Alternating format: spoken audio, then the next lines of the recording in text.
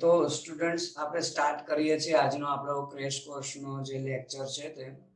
અને last time આપણે જે એટોમિક સ્ટ્રક્ચર વિશે વાત કરતા હતા અને અગત્યના ટોપિક ઉપર આપણે ફોકસ કરતા હતા. અને એટોમિક સ્ટ્રક્ચરમાં આપણે વાત કરેલી હતી હાઇડ્રોજન સ્પેક્ટ્રમ, હાઇડ્રોજન વર્ણપટ સુધી આપણે વાત કરેલી હતી. ઓકે, આજે જે આપણે વાત કરીશું તે બોહરના નમૂનાની વાત કરીશું ગાઈસ. ઓકે, કે બોહરના નમૂનાની આપણે વાત કરીશું. ચાલો તો સ્ટુડન્ટ્સ વાત કરીએ છીએ બોહરનો પરમાણ્વીય નમૂનો. ઇમ્પોર્ટન્ટ પોઈન્ટ ઉપર ખાસ ડિસ્કસ કરીશું. તો બોહરનો પરમાણ્વીય નમૂનો ગાઈસ, મેં ચેપ્ટરની શરૂઆતમાં જ તમને ડિસ્કસ કરેલું હતું કે બોહરનો પરમાણ્વીય નમૂનો કેલ્ક્યુલેશન વાળા એમસીક્યુ જો આ ચેપ્ટરમાંથી છે તો મોસ્ટલી એવું કહી શકાય 85 to 90% ક્વેશ્ચન બોહરના નમૂના રિલેટેડ હશે. અને આ કન્સેપ્ટ તમને ફિઝિક્સમાં પણ કામ લાગવાનું છે, કારણ કે 12th માં પણ આ કન્સેપ્ટ તમારે ફિઝિક્સમાં આવે છે. ઓકે, તો સૌથી પહેલા તો બોહરના પરમાણુ નમૂના વિશે ઇમ્પોર્ટન્ટ પોઈન્ટ્સની વાત કરી દઈએ ગાઈસ. તો સીધી વસ્તુ છે ઓકે કે કેના પરથી રજૂ કરેલ હતો કે તો ભાઈ દ્રવ્યના વિકિરણ સાથેના ઓકે દ્વૈત સ્વભાવના દ્રવ્યના વિકિરણ સાથેના સંબંધના પરિણામ સ્વરૂપ ગાઈસ ઓકે એને આ નમૂનો રજૂ કરેલો હતો. મીન્સ કે એને ખ્યાલ આવ્યો કે આ વિકિરણ સાથેના સંબંધને આધારે આપણે પરમાણુનું બંધારણ જાણી શકીએ છીએ. અને એને એટલે આ માહિતી પરથી સૌથી સાદામાં સાદો પરમાણુ હાઇડ્રોજન પરમાણુનું બંધારણ સમજાવવાનો પ્રયત્ન કરેલો હતો. ક્લિયર?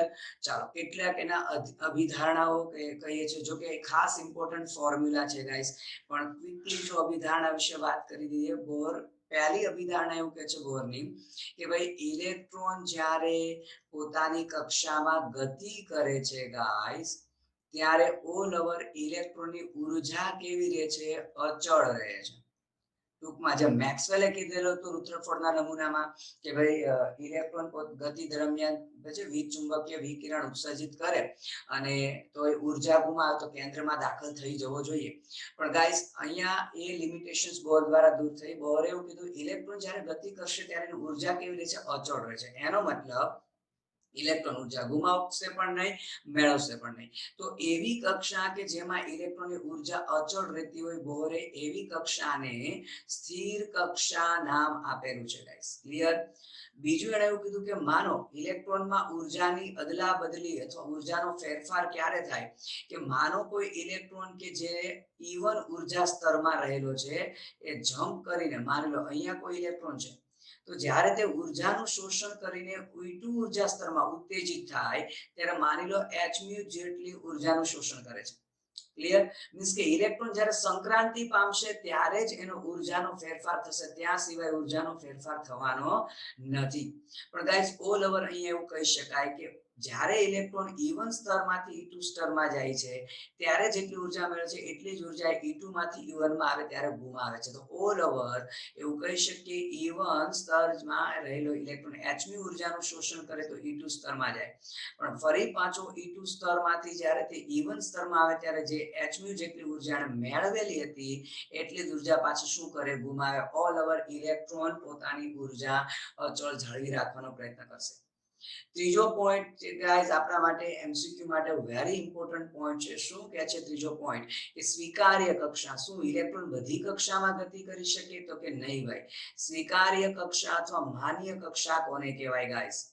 ઓકે, તો સીધી વસ્તુ છે કે જે કક્ષામાં ઇલેક્ટ્રોનનું જે કોણીય વેગમાન છે ગાઈસ, કોણીય વેગમાન આપણે કહીએ છીએ કેપિટલ L એટલે રેખીય વેગમાન ગુણ્યા સ્થાન સદિશ. બરોબર છે? એ કોણીય વેગમાન કહીએ તો રેખીય વેગમાન ગુણ્યા સ્થાન સદિશ કે અને p નું મૂલ્ય રેખીય વેગમાન એટલે mv કહીએ છીએ અને r સ્થાન સદિશ r એટલે આપણે ઇલેક્ટ્રોનનું કેન્દ્રથી અંતર કહીએ છીએ ગાઈસ. ઓકે, તો જ્યારે ઇલેક્ટ્રોનનું કોણીય વેગમાન જે તે કક્ષામાંના ઇલેક્ટ્રોનનું કોણીય વેગમાન એ h/2π ના કોઈ ધન પૂર્ણાંક સંખ્યાના ગુણાકાર જેટલું હોય, મીન્સ કે આ શરતનું પાલન કરે એવી કક્ષામાં જ ઇલેક્ટ્રોન ઘૂમી શકે, ગતિ કરી શકે, તો આવી કક્ષાને જ માન્ય કક્ષા અથવા શું કહેલું છે? સ્વીકાર્ય કક્ષા. ઓકે ગાઈસ, જો એ જ સૂત્રનો થોડોક આપણે ઉપયોગ કરી દઈએ, mvr nh upon 2 તો n એટલે આપણો મુખ્ય ક્વોન્ટમ છે ધન પૂર્ણાંક સંખ્યા ગાઈસ. પણ જો આપણે આ રીતે લખીએ 2πr n h upon mv, તો બધાને ખબર છે h upon mv એટલે ધ બ્રોગલી. આપણે આની પછી વાત કરીશું તો n લેમડા થઈ જશે. તો in short 2πr n lambda guys. તો 2πr કક્ષાનો પરિઘ થયો. તો ફરી એક ઇમ્પોર્ટન્ટ સૂત્ર તો મેં અગાઉ વાત કરી એમ ધ બ્રોગલીના સમીકરણ એક એક આવડવા જોઈએ. અલ્ટિમેટલી હું કહી શકું આ શું થઈ ગયો, કક્ષાનો પરિઘ થઈ ગયો ગાઈસ. તો કદાચ તમને ક્વેશ્ચન પૂછે કે ત્રીજી કક્ષામાં ઘૂમતા ઇલેક્ટ્રોનનો પરિઘ, એટલે ઘૂમતા ઇલેક્ટ્રોન માટે તે કક્ષાનો પરિઘ કેટલો, તો પરિઘ કેટલો હોય, જે કક્ષામાં ઇલેક્ટ્રોન ઘૂમે છે એને ગુણ્યા લેમડા. જેમ કે ત્રીજી કક્ષામાં ઘૂમે છે તો 3 લેમડા જેટલો પરિઘ થાય ગાઈસ. ઓકે, અગત્યના સૂત્રો. નેક્સ્ટ ઇમ્પોર્ટન્ટ ફોર્મ્યુલાઝની વાત કરી દઈએ તો ગાઈસ સૌથી અગત્યનું જે ધ બ્રોગલી આપણે બોહર દ્વારા સમજાવવામાં આવેલું હતું કે ઇલેક્ટ્રોનની ઊર્જા કે જે રુથરફોર્ડ સમજાવી શક્યા નતા ગાઈસ. ક્લિયર? તો ઊર્જા માટે શું સમીકરણ આપેલું હતું કે -2e⁴ π²z²m n²h². ગાઈસ આ સૂત્ર તમે નહીં યાદ રાખો તો ચાલશે, કારણ કે આપણે એમસીક્યુ માં આટલી મોટી કેલ્ક્યુલેશન નથી આવતી. ક્લિયર છે? પણ એમાં એમસીક્યુ માટે ઇમ્પોર્ટન્ટ શું છે, એક તો આ માઈનસ સાઇન નો મતલબ શું છે, આ આપણા એમસીક્યુ માટે આવી શકે. તો માઈનસ સાઇન નો મતલબ એવો છે કે કેન્દ્રની નજીક અથવા તો પરમાણુમાં રહેલા, ચાલો આપણે એવો શબ્દ લખીશું કે પરમાણુમાં રહેલા ઇલેક્ટ્રોનની ઊર્જા, ઇલેક્ટ્રોનની ઊર્જા મુક્ત ઇલેક્ટ્રોન કરતા કેવી હોય ગાઈસ, મુક્ત ઇલેક્ટ્રોન કરતા ઓછી હોય છે ગાઈસ. તો બીજો પ્રશ્ન થાય મુક્ત ઇલેક્ટ્રોન કોને કહેશું, તો મુક્ત ઇલેક્ટ્રોન એટલે ગાઈસ એવો ઇલેક્ટ્રોન કે જે કેન્દ્રથી ક્યાં આવેલો છે, કેન્દ્રથી અનંત અંતરે આવેલો હોય. મીન્સ કે કેન્દ્રનું ખાસ આકર્ષણ બળ ન હોય, અનંત અંતરે આવેલો હોય ગાઈસ, તો એને આપણે મુક્ત ઇલેક્ટ્રોન કહેશું. આ મુક્ત ઇલેક્ટ્રોનની ઊર્જા ગાઈસ 0 સ્વીકારી લેવામાં આવે છે. એટલે ઓબ્વિયસલી છે, જો હું ડાયાગ્રામ દ્વારા દર્શાવવાનો પ્રયત્ન કરું, કેન્દ્ર, પહેલી કક્ષા, બીજી કક્ષા, માનો આ કોઈ અનંતમી કક્ષા છે, તો આ જે કેન્દ્રથી અનંત અંતરે આવેલ ઇલેક્ટ્રોન, આને આપણે કહી દઈએ છીએ મુક્ત ઇલેક્ટ્રોન, કે જેની ઊર્જા શૂન્ય સ્વીકારે છે. હવે આપણને ખબર છે જેમ કેન્દ્રથી દૂર જાવ એમ ઊર્જા વધે ગાઈસ. તો જો ખુદ મુક્ત ઇલેક્ટ્રોનની ઊર્જા 0 લઈ લીધેલી હોય તો કેન્દ્રની અસર હેઠળ જે ઇલેક્ટ્રોન છે એની ઊર્જા મુક્ત ઇલેક્ટ્રોન કરતા ઓછી હોય. તો આ માઈનસ સાઇન એ સૂચવે છે પરમાણુની અંદર રહેલો ઇલેક્ટ્રોન એની ઊર્જા મુક્ત ઇલેક્ટ્રોન કરતા ઓછી હોય. તો એના પરથી આપણે કયા સમીકરણો કામ લાગશે ગાઈસ? ઓકે, તો એના પરથી કોમન આપણે આવું સમીકરણ બનાવી શકીએ En. ઓકે, n એટલે કોઈ પણ કક્ષામાં રહેલી ઇલેક્ટ્રોનની ઊર્જા ઇઝ ઇક્વલ ટુ આપણે કહી શકીએ માઈનસ, ઓકે જોજો 2 અચળ ઇલેક્ટ્રોન, અચળ ઇલેક્ટ્રોન એટલે વીજભાર, ઇલેક્ટ્રોનનો વીજભાર, પાઈ અચળ, z એટલે પરમાણુ ક્રમાંક બદલાય તો z² અપોન m એટલે ઇલેક્ટ્રોનનું દળ અચળ, n કક્ષાનો ક્રમ બદલાઈ શકે n², h અચળ. તો જો જ્યારે મીન્સ કે બે કમ્પેરિઝન હોય ગાઈસ ત્યારે આ સૂત્ર બહુ કામ લાગશે. સપોઝ આ સૂત્ર કેવા કામ લાગશે, ક્વેશ્ચન તમને આવો હોય કે હાઇડ્રોજનની પ્રથમ કક્ષામાં રહેલો ઇલેક્ટ્રોન છે, પ્રથમ કક્ષામાં રહેલો ઇલેક્ટ્રોન એની ઊર્જા તમને સપોઝ આપી દીધેલી કોઈ બી x કિલો જૂલ પર મોલ, તો લિથિયમ +2 ની બીજી કક્ષામાં રહેલા, સેકન્ડ કક્ષામાં રહેલા ઇલેક્ટ્રોનની ઊર્જા કેટલી, આ રીતનો કોઈ ક્વેશ્ચન હોય ગાઈસ ત્યારે આપણું ઉપરનું સમીકરણ કામ લાગે. આવા એમસીક્યુ ઘણી વખત રિપીટ થયેલા છે, ઇમ્પોર્ટન્ટ છે. તો શું કરી દેવાનું, બંનેના સમીકરણ બનાવી દેવાના ગાઈસ. અત્યારે જે એમસીક્યુ કહું છું આવો જ એમસીક્યુ ત્રિજ્યાનું સૂત્ર કહીશ ત્યારે પણ આવશે, ઓકે વેગનું સૂત્ર કહીશ ત્યારે પણ આવશે. તો ત્યારે હું ખાલી એક એક્ઝામ્પલ આપી દઈશ. અત્યારે આ ક્વેશ્ચન હું તમને સોલ્વ કરીને બતાવું છું, ત્યારે હું સોલ્વ કરવાનો સમય નહીં બગાડું. ક્લિયર? સેમ મેથડથી બે સમીકરણ બનાવવાના, ગુણોત્તર લઈ લેવાનું. જેમ કે હાઇડ્રોજન માટે કહી દઈએ તો સૂત્ર થશે E ઓફ હાઇડ્રોજન. પ્રોપોર્શનાલિટી દૂર કરીને સપોઝ હું માનો કોઈ કોન્સ્ટન્ટ k મૂકી દઉં, હાઇડ્રોજન માટે z² એટલે 1 નો વર્ગ 1 થશે. એની કક્ષા પણ પહેલી કીધી છે તો -k. ઓકે, જો Li+2 માટે કહી દઈએ ગાઈસ તો ફરી કોન્સ્ટન્ટ કે પણ લિથિયમનો જે પરમાણુ ક્રમાંક છે તે 3 3 નો વર્ગ 9 થશે અને એની બીજી કક્ષા કીધી છે તો 2 નો વર્ગ 4 તો ઓલ ઓવર -9 કે upon શું છે 4.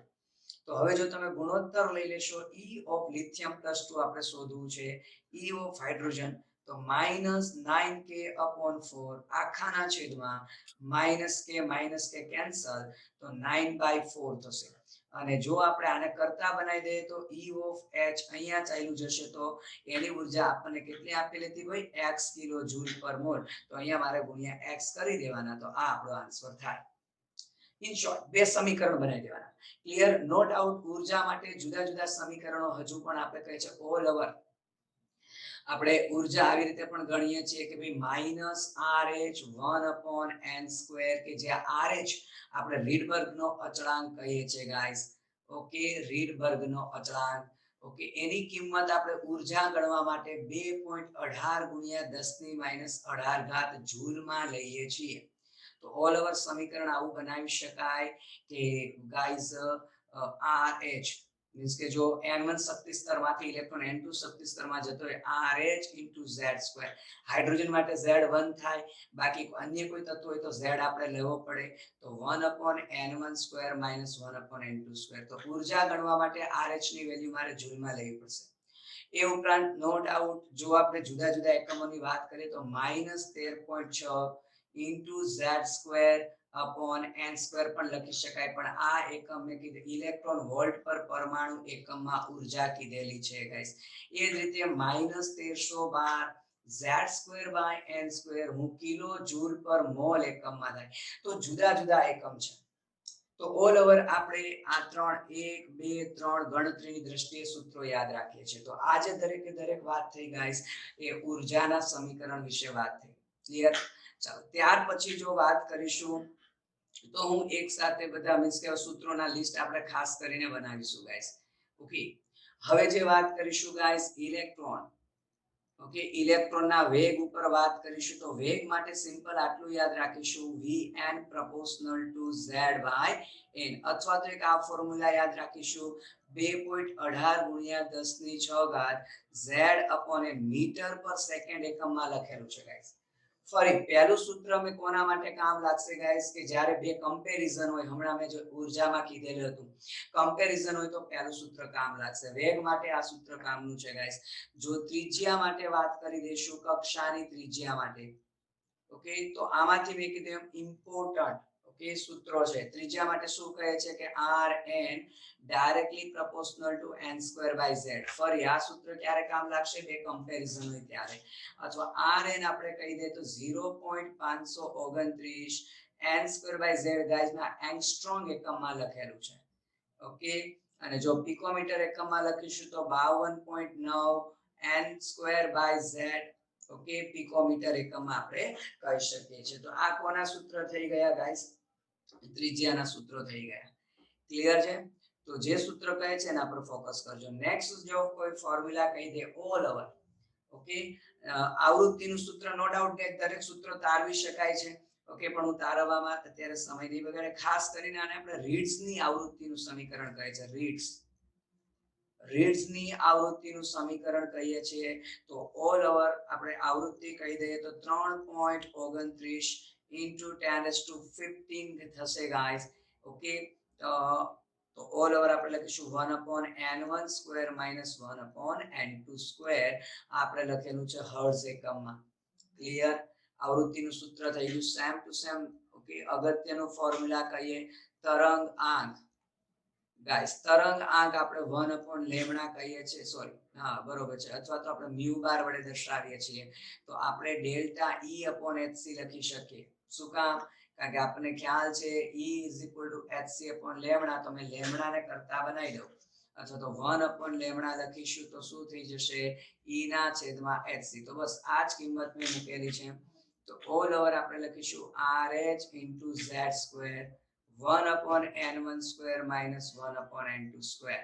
ઓકે ગાઈસ, તો અહીંયા જ્યારે તરંગ આંક કે તરંગ લંબાઈ ગણવા માટે RH લેવો હોય તો આપણે 1.09677 10⁻⁷ આ મીટર એકમમાં મેં લખેલું છે. તો અહીંયા જે તરંગ લંબાઈ આવશે કે તરંગાંક આવશે તો મીટર ઇન્વર્સ સેકન્ડ એકમાં ઇન શોર્ટ. ઓકે, તો અહીંયા હું લખી દઈશ તરંગાંક માટે મીટર ઇન્વર્સ. તો તરંગાંક કે તરંગ લંબાઈ શોધવી તો RH ની કિંમત આટલી લેશું. ઓકે, એ RH સાથે ફરી પાછું જો મારું ઉર્જા ગણવી છે તો RH સાથે HC ગુણી દો તો અલ્ટિમેટલી આપણું જે જૂલ વાળું હતું 2.18 ગુણ્યા 10⁻18 RH ની કિંમત આવી જશે. ક્લિયર? આ ઉપરાંત આપણે કહી શકીએ ગાઈસ કાઇનેટિક એનર્જી તો કોમન કહી શકીએ માઈનસ કે કોન્સ્ટન્ટ છે kz² માઈનસ ને પ્લસ આવશે 2r, r એટલે ત્રિજ્યા છે. જો પોટેન્શિયલ એનર્જી ની વાત કરી દઈએ તો માઈનસ kz² શું થઈ જશે r થઈ જશે. અને તો જો ટોટલ એનર્જી કહીએ તો બધાને ખબર છે potential energy plus kinetic energy, તો ઓલ ઓવર બંનેનું શું કરીશું ગાઈસ સરવાળો કરીશું. ઓકે, અને સરવાળો કરશો તો ઓબ્વિયસલી છે માઈનસ kz²/2r આવશે. તો અલ્ટિમેટલી જો મારે રિલેશન બનાવવો હોય ગાઈસ તો રિલેશન બનાવી શકીએ. એનો મતલબ kinetic energy is equal to total energy, પણ કાઇનેટિક એનર્જી પોઝિટિવ સાઇન છે, ટોટલ એનર્જીમાં નેગેટિવ છે, એટલે એકબીજાનું શું થઈ જશે નેગેટિવ થઈ જશે. Same to same total energy સાથે હું પોટેન્શિયલ એનર્જીનો પણ રિલેશન બનાવી શકું. ઓકે, પોટેન્શિયલ એનર્જીમાં માઈનસ છે, કાઇનેટિક એનર્જીમાં માઈનસ છે. ક્લિયર? તો પોટેન્શિયલ એનર્જી ઓકે, જો આટલાની જગ્યાએ આ તમે જોઈ શકો છો આટલાની જગ્યાએ હું p લખી શકું ગાઈસ તો p/2 થશે. એટલે પોટેન્શિયલ એનર્જી શું થશે ભાઈ 2 * ટોટલ એનર્જી લખી શકાય. તો આ સૂત્રો પણ તમને કામ લાગવાના છે. ઓકે, જો નેક્સ્ટ સૂત્ર કહીએ ગાઈસ બોર થિયરમ માંથી તમને જો વધારે કામ લાગે એવું તો યસ કે પ્રતિ સેકન્ડે થતા પરિભ્રમણોની સંખ્યા, પ્રતિ સેકન્ડે થતા પરિભ્રમણોની સંખ્યા તમને શોધવાનું પૂછાય છે. ઓકે, કે પ્રતિ સેકન્ડે જેટલી પણ સેકન્ડ તમને આપેલી ગાઈસ કે એક સેકન્ડમાં થતા પરિભ્રમણોની સંખ્યા કેટલી થશે તો એ આપણે વેગ ઇલેક્ટ્રોનનો વેગ / 2πr લખીશું. ફરી જો r ડાયરેક્ટલી નો આપેલું હોય તો આપણે જે ત્રિજ્યાનું પાંચમું સૂત્ર છે એના પરથી r ની ગણતરી આપણે કરી શકીએ. ક્લિયર? સેમ ટુ સેમ જો ગાઈસ આપણે કહીએ કે ઇલેક્ટ્રોન જ્યારે એક પરિભ્રમણ કરે ત્યારે એની સાથે સંકળાયેલા તરંગોની જો સંખ્યાની આપણે ગાઈસ વાત કરી રહીએ. ઓકે, તો એવું કહી શકાય કે ઇલેક્ટ્રોનના પરિભ્રમણોની સંખ્યા કહીએ છીએ. એક મિનિટ કે યસ ઇલેક્ટ્રોનના પરિભ્રમણોની સંખ્યા જો આપણે કહી દઈએ તો એવું કહી શકીએ 2πr/ શું કહી દઈશું લેમ્ડા. ટુ પહેલા જે હતું ને 2πr = n લેમ્ડા, મેં અલ્ટિમેટલી નવું કંઈ નથી કર્યું.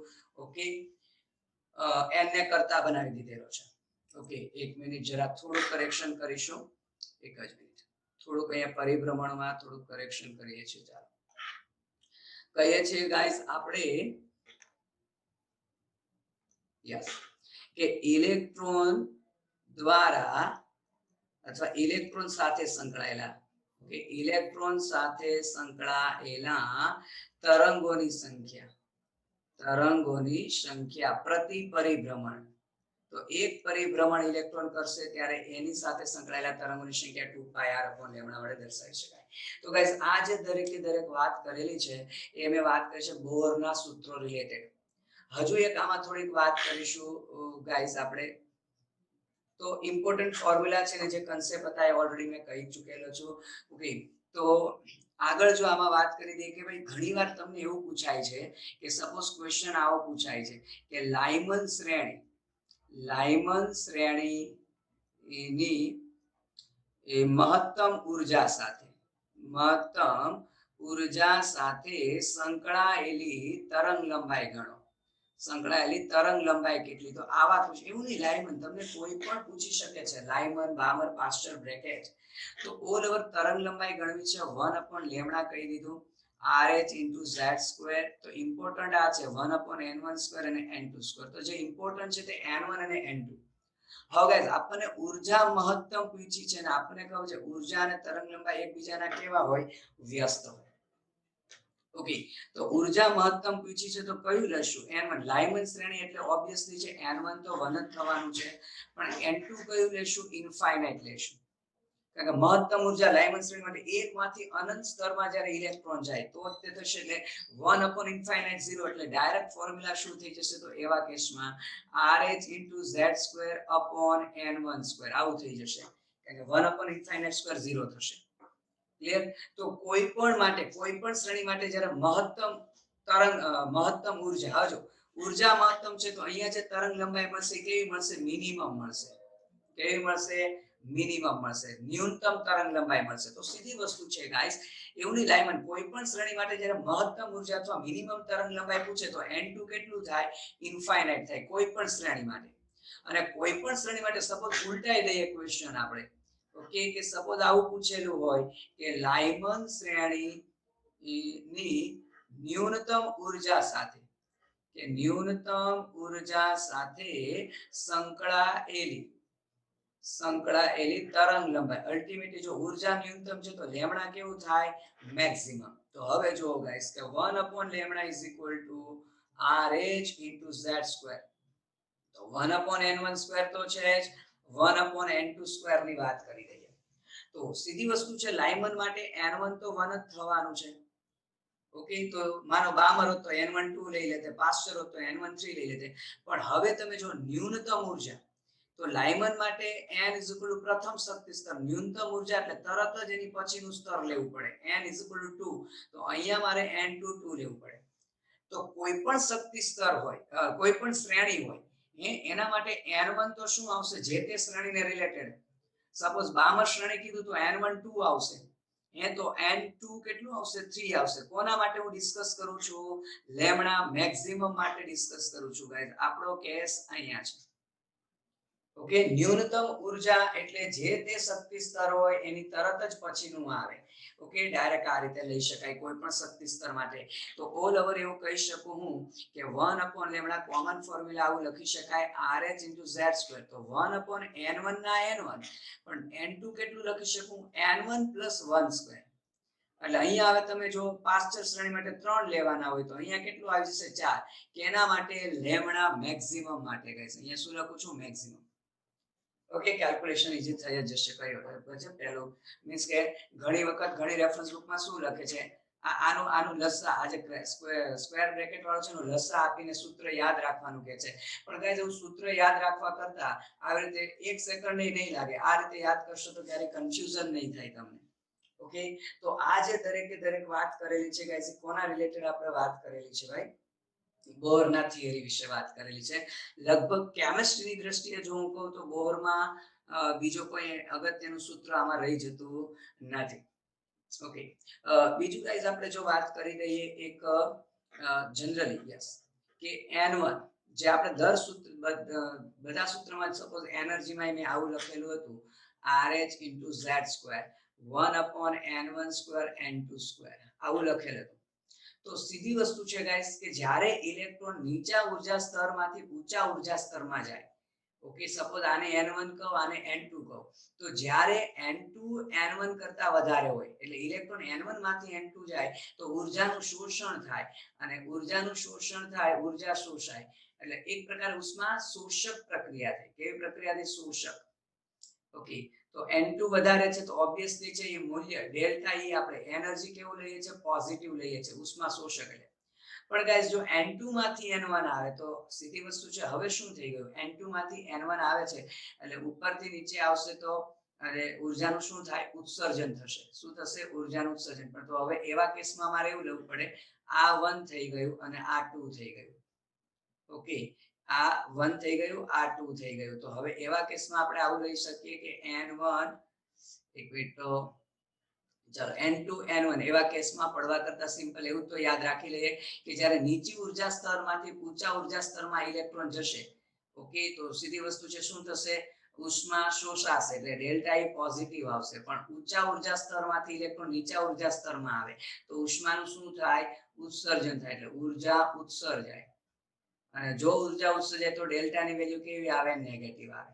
ઓકે, તો નેગેટિવ સૂચવે છે ઉર્જાનું ઉત્સર્જન. તો પ્લસ અને માઇનસ જો આન્સરમાં આપેલા હોય તો પ્લસ માઇનસ આપણે સિમ્પલ એવી રીતે નક્કી કરવાનું કે નીચેથી ઉપર જાય છે કે ઉપરથી નીચે. ક્લિયર?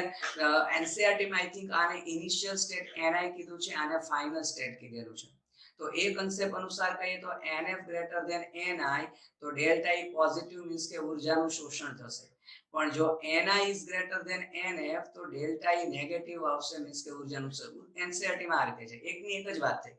ટૂંકમાં નીચેથી ઉપર જશે તો શોષાય, ઉપરથી નીચે જશે તો આવશે તો ઉત્સર્જન થશે. ક્લિયર છે?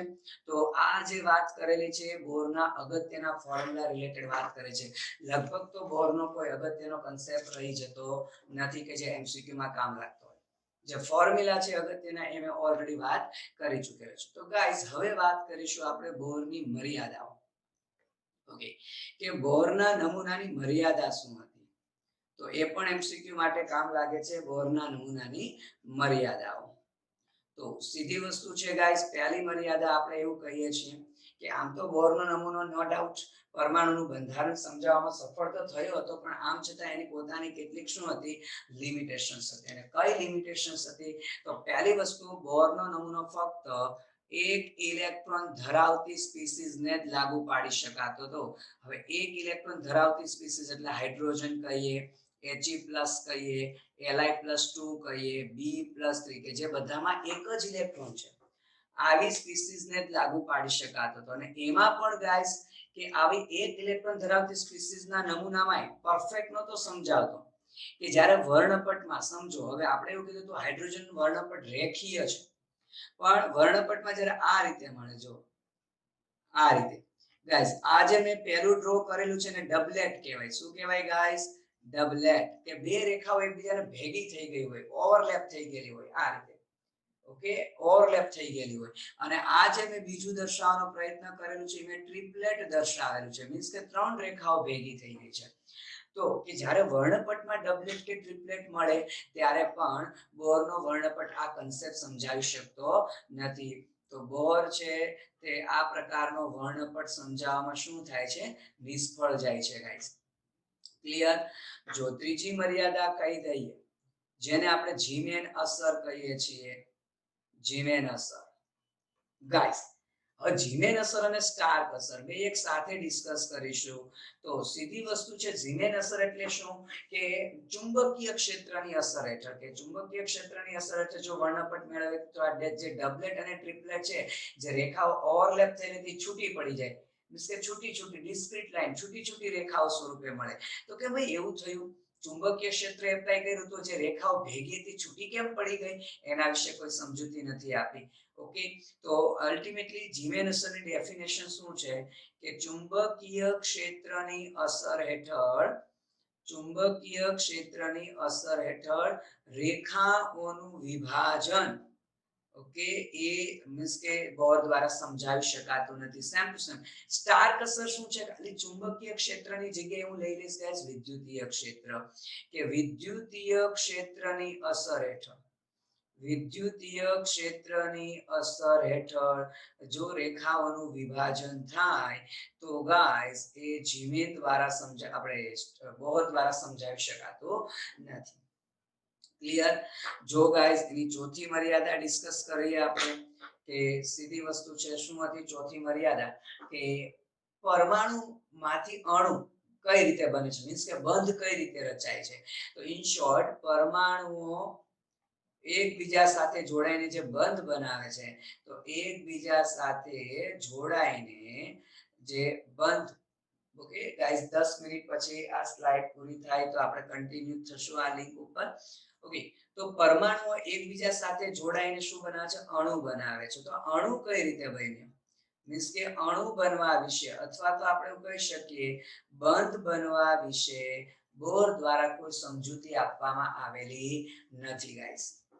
ઓકે, એક હજુ મર્યાદા કહી દઈએ, એની પાંચમી મર્યાદા, કે ભાઈ ક્વોન્ટમ મિકેનિક્સ સમજાવવામાં નિષ્ફળ જાય છે. ઓકે, એ ક્લાસિકલ મિકેનિક્સ મીન્સ કે જે ન્યૂટનના સિદ્ધાંત પર આધારિત હતું એ સમજાવી શકે છે.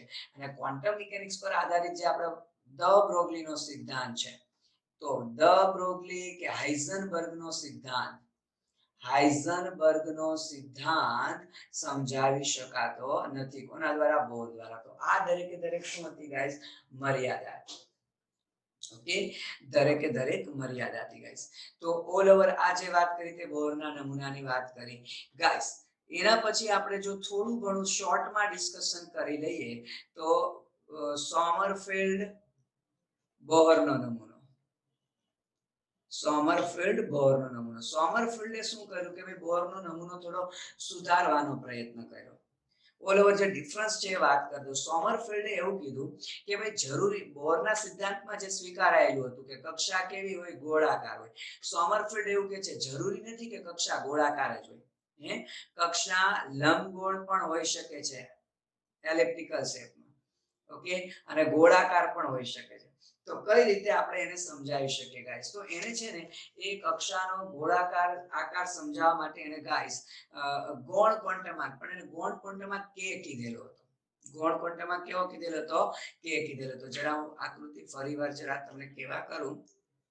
સોરી, ઓકે, કઈ નહીં, ફરીથી લખી દેજો. સોમરફેલ્ડ બોર નમૂનો, સોમરફેલ્ડ બોહરનો નમૂનો. તો આના ઉપર જરા આપણે વાત કરી દઈએ ગાઈસ, ક્લિયર? તો એણે એવું કીધું કે કક્ષાઓ છે તે ગોળાકારે હોઈ શકે અને લંબગોળ હોઈ શકે. સપોઝ જરા ગોળાકાર છે એવું ધારી લેજો. તો આ રીતે જરા હું સમજાવવાનો પ્રયત્ન કરીશ ગાઈસ, અને આ હજુ એની કરતા વધારે લંબગોળ પ્રકારની એમ. તો માની લો આ ત્રીજી કક્ષા છે, તો આના માટે n = 3, આના માટે n = 3, આના માટે n = 3.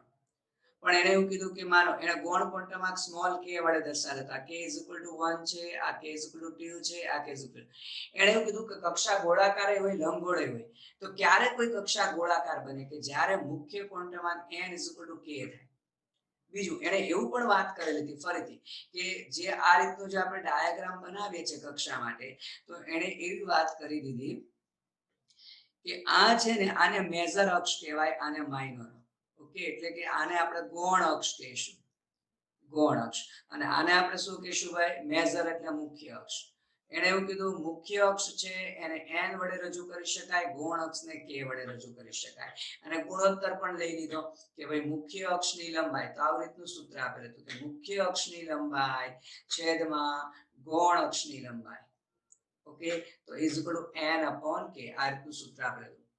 ઓકે, અને એણે કીધું કે જ્યારે n કે એટલે મુખ્ય અક્ષ અને ગૌણ અક્ષ બેની લંબાઈ સરખી થાય ત્યારે જ કક્ષા ગોળાકાર બને, ત્યાં સુધી ગોળાકાર બને નહીં.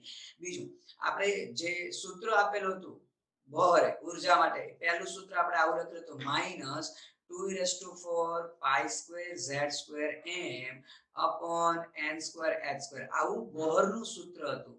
એણે આ સૂત્રમાં શું કીધું? એકલું n ન લેવાય, એણે એવું કીધું n અને k સાથે ઉમેરવો પડે. એટલે આ સૂત્રને સોમરફિલ્ડે જરા આ રીતે રજૂ કરી દીધું, e⁴ π² z² m અહીંયા n k, જોજો હોલ સ્ક્વેર એટલે n + k લખેલું છે, તો આ સુધારો કરી દીધો છે. ઓકે, બસ આ મેઇન પોઈન્ટ્સ કહીએ છે સોમરફિલ્ડમાં. એની મર્યાદા નો ડાઉટ પહેલી બધી મર્યાદા તો છે.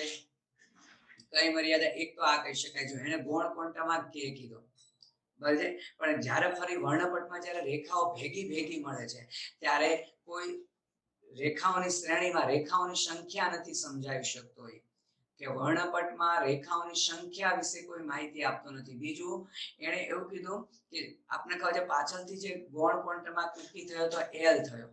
ઓકે, એણે k ના મૂલ્ય શું કહી દીધેલા હતા સોમરફિલ્ડ દ્વારા? k ના મૂલ્યો આવા લીધેલા હતા 1 2 3 100 n સુધી લીધેલા હતા. અને એક્ચ્યુઅલી l આપને ખબર છે પછી જે ગૌણ ક્વોન્ટમાર્ક શોધાણો એ કેટલો હતો? 0 થી n - 1.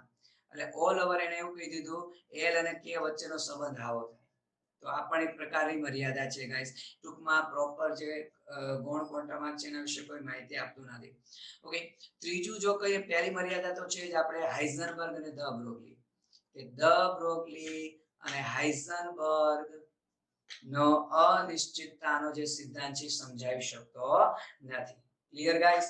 તો આ જે દરેકે દરેક છે એ સોમરફેલ્ડ વિશે, સોમરફેલ્ડ બોરના નમૂના વિશે વાત થઈ. ઓકે, હવે જે આપણે વાત કરવાની છે તો ધ બ્રોગલી કન્સેપ્ટ ઉપર વાત કરવાની છે ગાઈસ. ઓકે, તો ધ બ્રોગલી કન્સેપ્ટ ઉપર વાત કરીશું. તો ધ બ્રોગલીનો સિદ્ધાંત અથવા ચાલો સિદ્ધાંત જ કહેતો, કેટલા અગત્યના પોઈન્ટ છે ધ બ્રોગલી. તો સીધી વસ્તુ છે, ધ બ્રોગલી આમ નવો કન્સેપ્ટ કોઈ આમ જોવા જઈએ એ સમયની દ્રષ્ટિએ જોઈએ તો બહુ મોટી સિદ્ધિ કહેવાય, પણ અત્યારે દ્રષ્ટિએ કહીએ તો એને શું કર્યું? આપણે પહેલા એવું શીખી ગયા છે કે વિકિરણ છે એને દ્વૈત સ્વભાવ હોય, બરોબર ને? કે વિકિરણને કેવો સ્વભાવ હોય ગાઈસ? દ્વૈત સ્વભાવ હોય. મીન્સ કે વિકિરણ છે એને તરંગ પ્રકૃતિ પણ હોય, વિકિરણ છે એને કણ પ્રકૃતિ પણ હોય. તો કણ અને તરંગ પ્રકૃતિ બંને છે. તો દ બ્રોગલીએ શું કીધું ખબર કે આવું જ પણ વિકિરણની બદલે એને શું કહી દીધું દ્રવ્ય માટે કીધું. તો ઓલ ઓવર દ બ્રોગલી આવું કીધું કે વિકિરણની માફક દ્રવ્યને પણ શું હોય ગાઈસ દ્વૈત સ્વભાવ હોય. જો વિકિરણની માફક દ્રવ્ય પણ દ્વૈત સ્વભાવ ધરાવે છે એટલે દ્રવ્યને પણ તરંગ પ્રકૃતિ હોય. દ્રવ્ય સાથે તરંગ ગુણધર્મો સંકળાયેલા છે અને દ્રવ્યને પણ શું હોય કણ પ્રકૃતિ હોય. તો જેવી રીતે વિકિરણના બંને સ્વભાવ છે એવી રીતે દ્રવ્યને પણ શું છે ગાઈસ બંને સ્વભાવ છે ઓલ ઓવર એવું દ બ્રોગલી કહેવા માંગે છે. અને એવું એને કેના પરથી કીધું એને ઇલેક્ટ્રોન માટે વિવર્તનનો ગુણધર્મનો અભ્યાસ કર્યો. હવે વિવર્તન એ તરંગની પ્રકૃતિ છે ગાઈસ. જો ઇલેક્ટ્રોન કણ હોવા છતાં દ્રવ્ય હોવા છતાં કણનો સ્વભાવ ધરાવે છે તો પછી એના પરથી આઈડિયા આવ્યો કે ઇલેક્ટ્રોનને પણ શું હોય બંને સ્વભાવ હોય ગાઈસ. ક્લિયર છે. અને ઓલ ઓવર નો ડાઉટ કે જેવી રીતે ફોટોનને પોતાનું વેગમાન દળવું એવી રીતે દ્રવ્યને પણ હોવું જોઈએ ને એના પરથી એને આવું સૂત્ર આપી દીધું લેમ્ડા h mv અથવા તો આપણે કહીએ છીએ h/p. સર હા બોલો પહેલા. સર આ રેખાઓની સંખ્યા નીચે L શું લખેલું છે? 0 થી n - 1. આપણને ખબર છે આપણે ક્વોન્ટમમાં હજી આજે જ ભણીશું કે L નું મૂલ્ય કેટલું આવે 0 થી n - 1. આ જે છે થી લખેલો છે. ઓકે પણ એને સોમરફિલ્ડે શું કીધેલું હતું k = 1 2 3 dash dash up to n સુધી કીધું હતું. એટલે જો સોમરફિલ્ડના મત અનુસાર અહીંયા પણ આપણે કીધું n = k કહેવા માંગે છે પણ આપણને ખબર છે ગૌણ ક્વોન્ટમાર્કનું મૂલ્ય મુખ્ય ક્વોન્ટમાર્ક કરતા હંમેશા ઓછું હોય. એટલે જો અહીંયા આપણે હાલમાં જે ગૌણ ક્વોન્ટમાર્ક છે 0 થી n - 1 ટૂંકમાં n કરતા એક એકમ એક મૂલ્ય તો ગૌણ ક્વોન્ટમાર્કનું ઓછું જ હોય અને એટલે એને આ સંબંધ રજૂ કરી દીધો છે કે L = n નું વાસ્તવિક મૂલ્ય k માંથી એક શું કરવો પડે બાદ કરવો પડે. તો કન્ટિન્યુ કરીએ છીએ થિયરી. દ બ્રોગલી તરંગ લંબાઈ અનુસાર h/mv = h/p આવું થશે. બીજું દ બ્રોગલી માટે ખાસ કામનું અગત્યનું એ છે ગાઈસ કે એક સાદું સૂક્ષ્મદર્શક યંત્ર કહીએ આપણે સૂક્ષ્મદર્શક યંત્ર અને એક આપણે ઇલેક્ટ્રોનિક માઇક્રોસ્કોપ કહીએ ઇલેક્ટ્રોનિય માઇક્રોસ્કોપ. ઓકે તો ગાઈસ સીધી વસ્તુ છે સાદું સૂક્ષ્મદર્શક યંત્ર જે તમે લેબોરેટરીમાં બાયોલોજીના પ્રેક્ટિકલ માટે સેટ કરતા તો તમે પ્રકાશ સેટ કરો છો એનો મતલબ પ્રકાશની તરંગ પ્રકૃતિના સિદ્ધાંત પર રચાયેલું છે. ઓકે એટલે સાદા સૂક્ષ્મદર્શક યંત્રનો કન્સેપ્ટ શું કહેવાય ઓકે એનો સિદ્ધાંત કે આ સિદ્ધાંત પર બનેલું છે. ઓકે ગાઈસ 1 મિનિટ કરતા પણ ઓછો સમય છે. ઓકે થોડી વાર પછી કન્ટિન્યુ આ લિંક પર થશું. તો સાદું સૂક્ષ્મદર્શક યંત્ર છે એમાં પ્રકાશની પ્રકૃતિનો કન્સેપ્ટ છે એટલે પ્રકાશની પ્રકૃતિ પર રચાયેલું છે. જ્યારે ઇલેક્ટ્રોનિય માઇક્રોસ્કોપ છે તે ઇલેક્ટ્રોનની તરંગ પ્રકૃતિ મીન્સ કે ઇલેક્ટ્રોનના વિવર્તન પર બનેલું છે. અને આપણે બધાને ખબર છે ઇલેક્ટ્રોનિય માઇક્રોસ્કોપને લીધે જ કોષનો અભ્યાસ શક્ય બન્યો કારણ કે અતિ સૂક્ષ્મ વસ્તુને પણ 10⁻15 મીન્સ કે આપણે કહી શકીએ મિલિયન મોટી કરીને બતાવે છે. 10⁻15 ગણું આવર્ધન બતાવે છે ગાઈસ. ઓકે તો એકદમ સૂક્ષ્મ વસ્તુને અતિ મોટી સ્વરૂપે બતાવે છે. તો ઇલેક્ટ્રોનિક માઇક્રોસ્કોપ કયા કન્સેપ્ટ પર રચાયેલું છે દ્રવ્યની તરંગ પ્રકૃતિ પર એટલે ઇલેક્ટ્રોનની તરંગ પ્રકૃતિ પર. સાદું સૂક્ષ્મદર્શક યંત્ર છે તે પ્રકાશની તરંગ પ્રકૃતિ પર રચાયેલું છે. ક્લિયર. બીજું ગાઈસ દ બ્રોગલીનો હજી એક સિદ્ધાંત એવું કહી શકીએ ઓકે કે તો ઓલ ઓવર કીધું સાદું સૂક્ષ્મદર્શક યંત્ર છે તે પ્રકાશની તરંગ પ્રકૃતિના સિદ્ધાંત પર બનેલું છે. ઇલેક્ટ્રોનિક માઇક્રોસ્કોપ ઇલેક્ટ્રોનિક તરંગ પ્રકૃતિના સિદ્ધાંત પર રચેલું છે. અને હજુ એક હવે આપણે વાત કરવાની છે ગાઈસ એ દ બ્રોગલીના સિદ્ધાંતને આપણે આ રીતે પણ રજૂ કરીએ છીએ. કઈ રીતે જો ગાઈસ કે આ રીતે કે ગતિશીલ સૂક્ષ્મ કણ જોજો એને સ્પષ્ટ કીધેલું છે ગતિશીલ સૂક્ષ્મ કણ. ઓકે હમણાં આપણે મર્યાદા કહીશું એનો મતલબ દ બ્રોગલીનો સિદ્ધાંત ગતિ કરતા અતિ સૂક્ષ્મ કણને જ લાગુ પડે ગાઈસ. તો ગતિશીલ સૂક્ષ્મ કણ સાથે ઓકે શું હોય છે ભાઈ ગતિશીલ સૂક્ષ્મ કણ હંમેશા સાથે નહીં લખીએ હંમેશા શું કરે છે ભાઈ તરંગ લંબાઈ એની સાથે તરંગ લંબાઈ સંકળાયેલી હોય છે. ઓકે કે કોઈ પણ ગતિ કરતો સૂક્ષ્મ કણ છે એની સાથે તરંગ પ્રકૃતિ હોય તરંગ લંબાઈ સંકળાયેલી હોય છે ગાઈસ. પણ આ ફક્ત મેં કીધું એમ ગતિશીલ સૂક્ષ્મ કણને જ લાગુ પડે. શું કામ એને કે આપણને ન લાગુ પડે. આ બહુ અગત્યનો કન્સેપ્ટ ગાઈસ એમસીક્યુ માં વિધાન આવી ચૂકેલું છે કે દ બ્રોગલીનો સિદ્ધાંત દ બ્રોગલી હોય કે હાઇઝનબર્ગ હોય હાઇઝનબર્ગનો સિદ્ધાંત એ ગાઈસ આપણે ખાલી ગતિશીલ સૂક્ષ્મ કણને જ લાગુ પાડીએ છીએ. આ બંને સિદ્ધાંત ઓકે ઉડતા વિમાન ઉડતા વિમાન કે દોડતા માણસ. એકવાર માણસને બદલે આઈ થિંક કાર હતું, દોડતી કારને લાગુ પાડી શકાય નહીં. શું કામ? કારણ કે ઉડતું વિમાન હોય, મનુષ્ય હોય, કાર હોય, સીધી વસ્તુ છે. ધ બ્રોગલીનો સિદ્ધાંત lambda is equal two h upon mv. તો દળ, જેટલું દળ વધશે એટલી તરંગ લંબાઈ શું થાય? ઘટે ગાઈસ. જેટલું દળ વધે એટલી તરંગ લંબાઈ ઘટે. તો આપણે ગતિ કરીએ છીએ તો આપણામાંથી તરંગ લંબાઈ ઉદ્ભવે છે ગાઈસ, પણ આપણું દળ વધારે છે તો એટલી સૂક્ષ્મ તરંગ લંબાઈ હોય કે જેને માપન કરવી કેવી છે? મુશ્કેલ છે. તો ગતિ, પ્રત્યેક ગતિશીલ સૂક્ષ્મ કણ છે એની સાથે તરંગ પ્રકૃતિ સંકળાયેલી છે. એ સંદર્ભમાં પણ આપણે ધ બ્રોગલીનો સિદ્ધાંત લાગુ પાડી શકીએ. ક્લિયર? ચાલો હવે જે વાત કરીશું ગાઈસ, ઓકે, એ ડેવિસન અને ગર્મર. ઓકે ગાઈસ, ડેવિસન અને આ એક સૂત્ર છે જે આપણે તરંગ લંબાઈ અને જ્યારે ગતિ ઉર્જા આપેલી છે ત્યારે એમસીક્યુ સોલ્વ કરવા માટે ખૂબ કામનું છે. ડાયરેક્ટ ગતિ ઉર્જા અને તરંગ લંબાઈ. તો ડેવિસન અને ગર્મર નામના વૈજ્ઞાનિકોએ જણાવ્યું ગાઈસ. ઓકે, શું જણાવ્યું? ઓકે, તો ડાયરેક્ટ એને એવું કીધું કે ભાઈ લાગુ પાડેલો પોટેન્શિયલ છે તે ઇલેક્ટ્રોનની ગતિ ઉર્જા જેટલો હોય છે. ઓકે, તો EV, ઇલેક્ટ્રોન વોલ્ટ, તો is equal two kinetic energy. Okay, તો સીધી વસ્તુ છે ગાઈસ. જો આ સમીકરણમાં આપણે EV is equal to 1/2 mv² લખેલું છે તો હું MEV કહી દઉં તો ઓબ્વિયસલી 1/2 m² v² થશે. તો ultimately 2 MEV is equal to m²v², કે અલ્ટિમેટલી હું p² લખી શકું. અને આપણે કહી શકીએ તો p is equal to √2m. તમારા ફિઝિક્સમાં પણ આવી ગયું છે ઇલેક્ટ્રોન વોલ્ટ. ઇલેક્ટ્રોન વોલ્ટની જગ્યાએ હું કાઇનેટિક એનર્જી પણ લખી શકું. અને હવે જો ધ બ્રોગલીના સમીકરણમાં કિંમત મૂકો તો lambda is equal two h upon mv ની જગ્યાએ શું લખી શકીએ? 2mev. અથવા તો જ્યારે ગતિ ઉર્જા ડાયરેક્ટ આપેલી હોય તો √2m કાઇનેટિક એનર્જી. તો ગાઈસ, જ્યારે ગતિ ઉર્જા હોય અને તરંગ લંબાઈ શોધવી હોય ત્યારે આ સૂત્ર તમને ઘણું કામ લાગવાનું છે. ક્લિયર? હવે વાત કરીશું તે હાઇઝનબર્ગના કન્સેપ્ટની વાત કરીશું. હાઇઝનબર્ગનો સિદ્ધાંત તો બહુ શોર્ટ એન્ડ સિમ્પલ કહીએ ગાઈસ. તો સીધી વસ્તુ છે, જર્મન રસાયણ વિજ્ઞાની હતો. શું કીધેલું હતું એને? કે ભાઈ ગતિ કરતા સૂક્ષ્મ કણના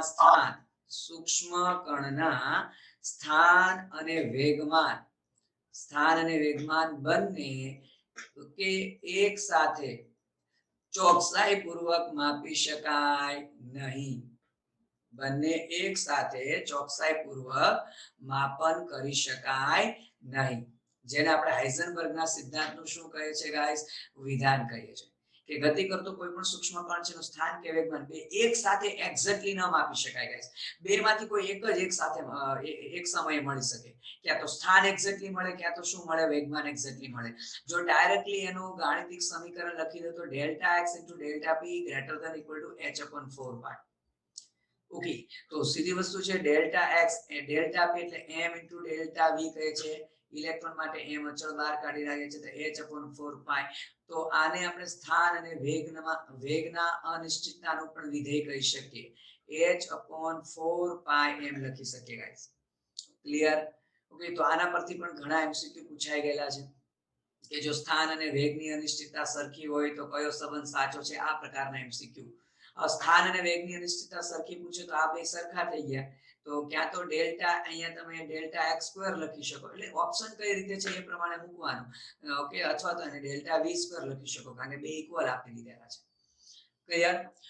બીજું જો આમાં વાત કરી દઈએ ગાઈસ, ઇન શોર્ટ, જો આ h પણ અચળ કિંમત છે, 4π પણ અચળ કિંમત છે, તો ગુણાકાર છે, ગુણાકાર માટેની અચળ કિંમત જો 1 મૂકી દઈએ તો ΔX = 1/ΔP થાય. ખૂબ અગત્યનો MCQ ડિસ્કસ કરી રહ્યા છે ગાઈસ આ. તો તમે આના પરથી જોઈ શકો છો ΔX શું છે ભાઈ? સ્થાનના મૂલ્યની અનિશ્ચિતતા છે. અનિશ્ચિતતા એક પ્રકારની ત્રુટિ કે ભાઈ સ્થાનના મૂલ્યમાં જે ત્રુટિ મળે છે તે. ઓકે, ΔP શું છે? વેગમાનના મૂલ્યની અનિશ્ચિતતા છે. ઓકે, પણ માની લો કે મને વેગમાન એક્ઝેક્ટલી મળી ગયું. હવે વેગમાન એક્ઝેક્ટલી મળે તો ઓબ્વિયસલી છે વેગમાનના મૂલ્યમાં કોઈ અનિશ્ચિતતા હોય જ નહીં, તો અનિશ્ચિતતા 0. ઓકે, ઓકે, મને વેગમાન એક્ઝેક્ટ મળે તો વેગમાનના મૂલ્યમાં કોઈ ત્રુટિ જ નથી, કોઈ અનિશ્ચિતતા જ નથી. અને ડેલ્ટા પી તો આપણે શું કીધું, અનિશ્ચિતતા સૂચવે વેગમાનના મૂલ્યની, પણ અનિશ્ચિતતા તો 0 કીધું, કારણ કે આપણે વેગમાનનું મૂલ્ય એક્ઝેક્ટલી મળ્યું, તો 1/0 તો ઇન્ફિનિટી. જો તો વેગમાન જો તમને એક્ઝેક્ટલી મળે તો સ્થાનની અનિશ્ચિતતા ઇન્ફાઇનાઇટ થઈ ગઈ. અથવા ઉલટું કહીએ, જો મને સ્થાન એક્ઝેક્ટલી મળે, ગાઈસ હું ડેલ્ટા એક્સ લખું, સ્થાન મને એક્ઝેક્ટલી મળે, તો વેગમાનના મૂલ્યની અનિશ્ચિતતા કેવી થઈ જાય, ઇન્ફાઇનાઇટ થઈ જાય. તો આ ખૂબ અગત્યનો એમસીક્યુ છે. બીજું ગાઈસ, તો મેં કીધું એમ ધ બ્રોગલી હાઇઝનબર્ગ ખાલી કોના નિયમમાં જ કહી દીધું છે, ફક્ત સૂક્ષ્મ કણને જ લાગુ પડે, પ્રોટોન, ન્યુટ્રોન, ઇલેક્ટ્રોન, મેસોન એવા કણને. ઓકે, ઇવન મિલીગ્રામ જેટલું વજન ધરાવતો પદાર્થને પણ આ સિદ્ધાંત ન લાગુ પડે. એનો મતલબ આ સિદ્ધાંત અનુસાર, ધ બ્રોગલી હાઇઝનબર્ગ સિદ્ધાંત અનુસાર મિલીગ્રામ જેટલું વજન ધરાવતો પદાર્થ પણ શું કહી શકાય, ભારે પદાર્થ છે એવું કહી શકાય. ઓકે ગાઈસ, જેવી રીતે સ્થાન અને વેગમાનની અનિશ્ચિતતા છે, એવી જ રીતે ઊર્જા અને સમયના મૂલ્યની અનિશ્ચિતતા માટે પણ એક્ઝેક્ટલી આવું સૂત્ર લખી શકાય. તો E એટલે ઊર્જા છે, T એટલે સમય છે. તો ઊર્જા અને સમયના મૂલ્યની અનિશ્ચિતતા માટે પણ હાઇઝનબર્ગનું સમીકરણ આવું લખી શકીએ છીએ. ક્લિયર? તો ગાઈસ, આ દરેકે દરેક વાત કરી તે હાઇઝનબર્ગના અનિશ્ચિતતાના સિદ્ધાંત રિલેટેડ વાત કરી. ક્લિયર છે? હવે આપણે વાત કરીશું ગાઈસ કક્ષા અને કક્ષક. તો બહુ સિમ્પલ ડેફિનેશન આપવાનો પ્રયત્ન કરીએ. ઓકે, તો સીધી વસ્તુ છે, કક્ષા આપણે કોને કહીએ છીએ ગાઈસ?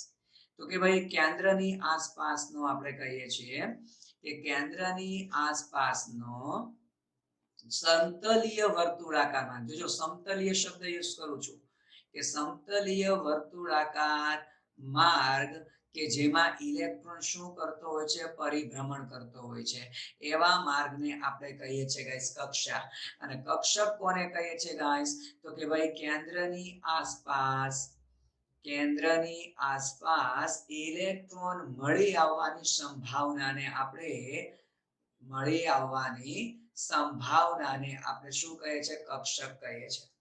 તો હાલ પૂરતું કક્ષા અને કક્ષકમાં આટલું કહે છે. પણ ગાઈસ, વેરી ઇમ્પોર્ટન્ટ ટોપિક તરફ જે છે ક્વોન્ટમ. તો યાદ કરો, ચેપ્ટરની શરૂઆતમાં મેં બે ટોપિક પર વધારે ફોકસ કરવાનું કીધું, તો એક બોહરનો નમૂનો, જે ગણતરીવાળા એમસીક્યુ, અને ક્વોન્ટમ. તો હવે જે વાત કરી છે ક્વોન્ટમ, ઘણા ખરા સ્ટુડન્ટ્સને ક્વોન્ટમ પર તકલીફ હોય છે, ખાસ ધ્યાન આપજો. ક્વોન્ટમ આંકમાં ગાઈસ હું કહું એટલી વસ્તુ દિમાગમાં ફિટ કરી દો. ઓકે, શું દરેક ક્વોન્ટમ આંકનું ખાલી એનું મૂલ્ય એટલે કે કયું સૂત્ર છે એ આવડવું જોઈએ, અને એ ક્વોન્ટમ આંક કઈ માહિતી દર્શાવે છે એ વસ્તુ આવડવી જોઈએ. આ બે વસ્તુ આવડે એટલે તમે ક્વોન્ટમ આંકના એમસીક્યુ સોલ્વ કરી શકો. તો કોઈ પણ કક્ષક દિમાગમાં ફિટ કરજો. કક્ષક આપણે સમજાવ્યું હોય, કક્ષકનું વર્ણન કરવું હોય તો ત્રણ ક્વોન્ટમ આંકની જરૂર પડે: મુખ્ય ક્વોન્ટમ આંક, ગૌણ ક્વોન્ટમ આંક અને ચુંબકીય ક્વોન્ટમ આંક. આ ત્રણની જરૂર પડે. જો કે ગાઈસ, ક્વોન્ટમ આંક એ શ્રોડિંજરના તરંગ સમીકરણ પરથી ઉદ્ભવેલા છે. શ્રોડિંજર તરંગ સમીકરણના ઉકેલ પરથી ક્વોન્ટમ આંક ગાઈસ ઉદ્ભવેલા છે. પણ આની પછી આપણે ક્વોન્ટમ આંક પછી શ્રોડિંજર તરંગ સમીકરણની વાત કરીશું. તો કક્ષકનું વર્ણન કરવું હોય તો ત્રણ ક્વોન્ટમ આંકની જરૂર પડે. પણ ગાઈસ, ઇલેક્ટ્રોન સમજાવવો હોય, ઇલેક્ટ્રોનનું વર્ણન કરવું હોય તો આપણે ચારે ચાર ક્વોન્ટમ આંક જરૂર પડે. ઇન શોર્ટ, ચોથો ક્વોન્ટમ આંક ઇલેક્ટ્રોનનું ભ્રમણ સમજાવવા માટે દાખલ કરવામાં આવેલો હતો. તો સ્ટેપ બાય સ્ટેપ શીખીએ. સૌથી પહેલું વાત કરીશું આપણે મુખ્ય ક્વોન્ટમ આંક. ગાઈસ, મુખ્ય ક્વોન્ટમ આંક જેને આપણે શું કહીએ છીએ, n કહીએ છીએ. શું કહીએ છીએ ગાઈસ? n કહીએ છીએ. તો મુખ્ય ક્વોન્ટમ આંકમાં કેટલી વસ્તુ દિમાગમાં ફિટ કરશો? તો એક તો મુખ્ય ક્વોન્ટમ આંક છે n, એ ધન પૂર્ણાંક સંખ્યા છે. એનું મૂલ્ય ક્યારેય 0 નહીં હોય, ઋણ નહીં હોય. ધન પૂર્ણાંક સંખ્યા છે, મીન્સ કે એનું મૂલ્ય 1 2 3 સો ઓન ઇન્ફાઇનાઇટ n સુધી હોઈ શકે. બીજો, મુખ્ય ક્વોન્ટમ આંક n હોય તો મુખ્ય ક્વોન્ટમ આંક શું સૂચવે છે, જરા એની વાત કરી દઈએ. શું સૂચવે છે? તો મુખ્ય ક્વોન્ટમ આંક ગાઈસ એક તો સૂચવે છે ઇલેક્ટ્રોનનું કેન્દ્રથી અંતર, કારણ કે કક્ષા સૂચવે છે. ઓકે, કે કયા કક્ષામાં છે, તો અલ્ટિમેટલી આપણે કહી શકીએ કક્ષાનો ક્રમ સૂચવે છે. ઓકે, તો ઇલેક્ટ્રોનનું કેન્દ્રથી અંતર અલ્ટિમેટલી કક્ષાનું કદ સૂચવે છે. અલ્ટિમેટલી એની ત્રિજ્યા પણ કહી શકાય. ઇલેક્ટ્રોનની ઊર્જા પણ સૂચવે છે ગાઈસ. કારણ કે જે મુખ્ય ક્વોન્ટમ આંક વધશે એનો મતલબ ઇલેક્ટ્રોન કેન્દ્રથી દૂર જાય છે ને દૂર જાય ઉર્જા શું થાય વધે ગાઈસ. તો એક આટલા પોઈન્ટ. બીજી વસ્તુ મુખ્ય ક્વોન્ટમ આંકમાં કે એક ઇલેક્ટ્રોન ધરાવતી સ્પીસીઝ હોય ફરીથી જેમ કે હાઇડ્રોજન છે, He+ છે, Li+2 છે, B+3 ઇન શોર્ટ એક ઇલેક્ટ્રોન ધરાવતી સ્પીસીઝ માટે ફક્ત n નું મૂલ્ય જાણી લો. n નું મૂલ્ય જ જાણવાની જરૂર પડે, બીજો કોઈ ક્વોન્ટમ આંક ન જાણો તો ચાલે. શું કામ? કારણ કે એક ઇલેક્ટ્રોન છે તો હંમેશા પહેલી કક્ષામાં હોય 1s1. તો આ થયું n નું મૂલ્ય 1, s એટલે l નું મૂલ્ય 0. હજી હમણાં આની પછી ગૌણ ક્વોન્ટમમાં કહેશું. ઓકે, અને l 0 હોય એટલે ml 0. જો તો n ખબર પડી ગઈ તો l 0 છે, તો એક જ વસ્તુ જાણવાની જરૂર પડે છે.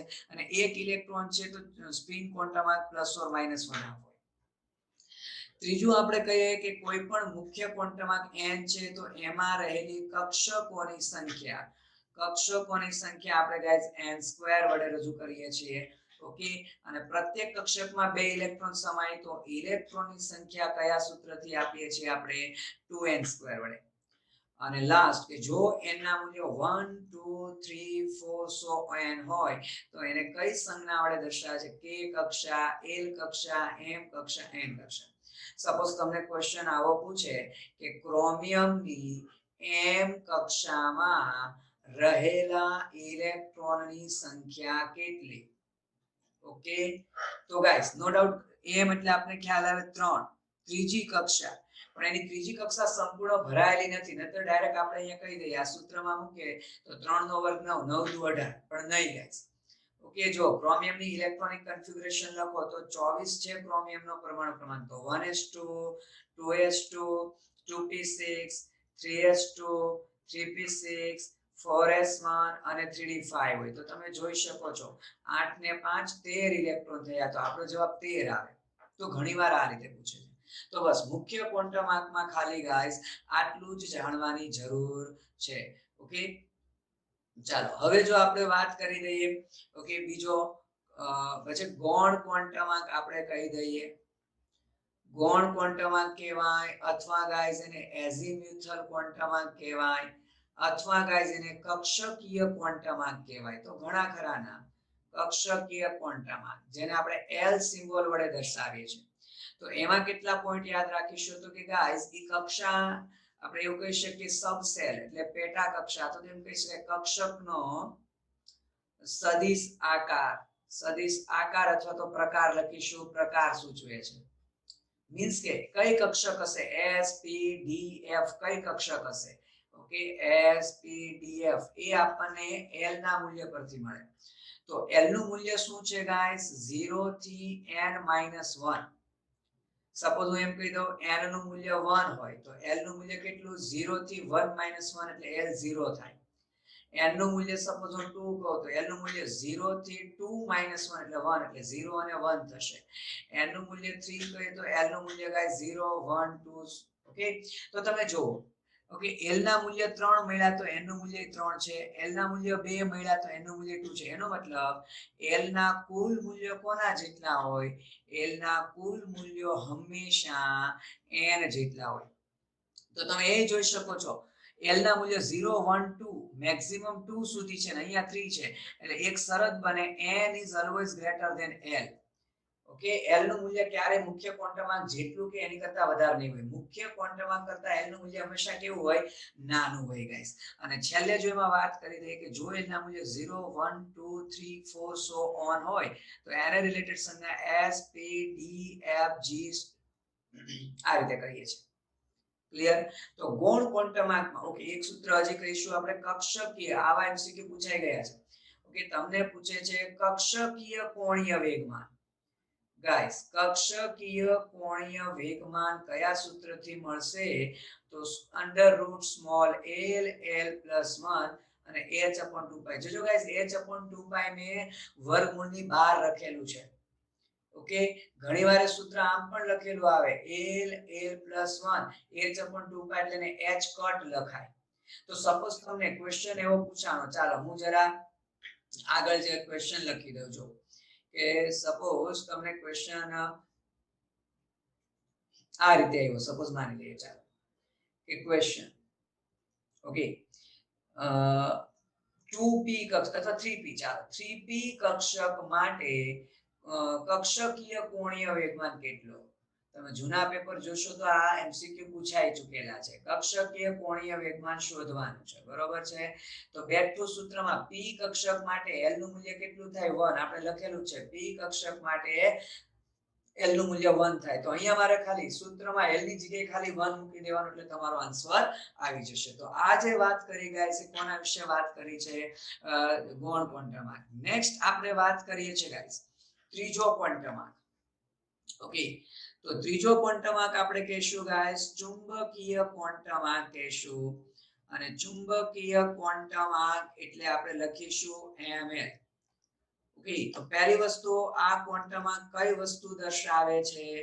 તો ગાઈસ જો ગૌણ ક્વોન્ટમ આંક પરથી એટલું તો ખબર પડી ગઈ કક્ષક કઈ હશે, s p d કે f એ ખબર પડી ગઈ. પણ p ને પાછી 3 પેટા કક્ષક છે, px py pz. એ રીતે d ને 5 પેટા કક્ષક છે, f ને 7 પેટા કક્ષક છે.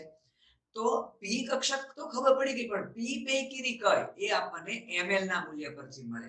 એટલે અહીંયા આપણે એવું કહી શકીએ ગાઈસ, શું કહી શકીએ અહીંયા આપણે કે ભાઈ તે પેટા કક્ષકોનો પ્રકાર સૂચવે છે. પેટા કક્ષકોનો પ્રકાર મીન્સ કે જો p કક્ષક હશે તો એમાંની px હશે, py હશે કે pz હશે. d કક્ષક હશે તો dx2 - y2 હશે, dz2 હશે, dxy હશે કે કઈ હશે. ઇન શોર્ટ પેટા કક્ષકોનો પ્રકાર અલ્ટિમેટલી એવું કહી શકાય અવકાશમાં કક્ષકોનું સ્થિતિ સ્થાન સૂચવે છે. કક્ષકોનું શું સૂચવે છે ગાઈસ? સ્થિતિ સ્થાન સૂચવે છે. મીન્સ કે જો p કક્ષક હોય, સપોઝ હું કહું આ x અક્ષ છે, આ y અક્ષ છે, આ z અક્ષ છે.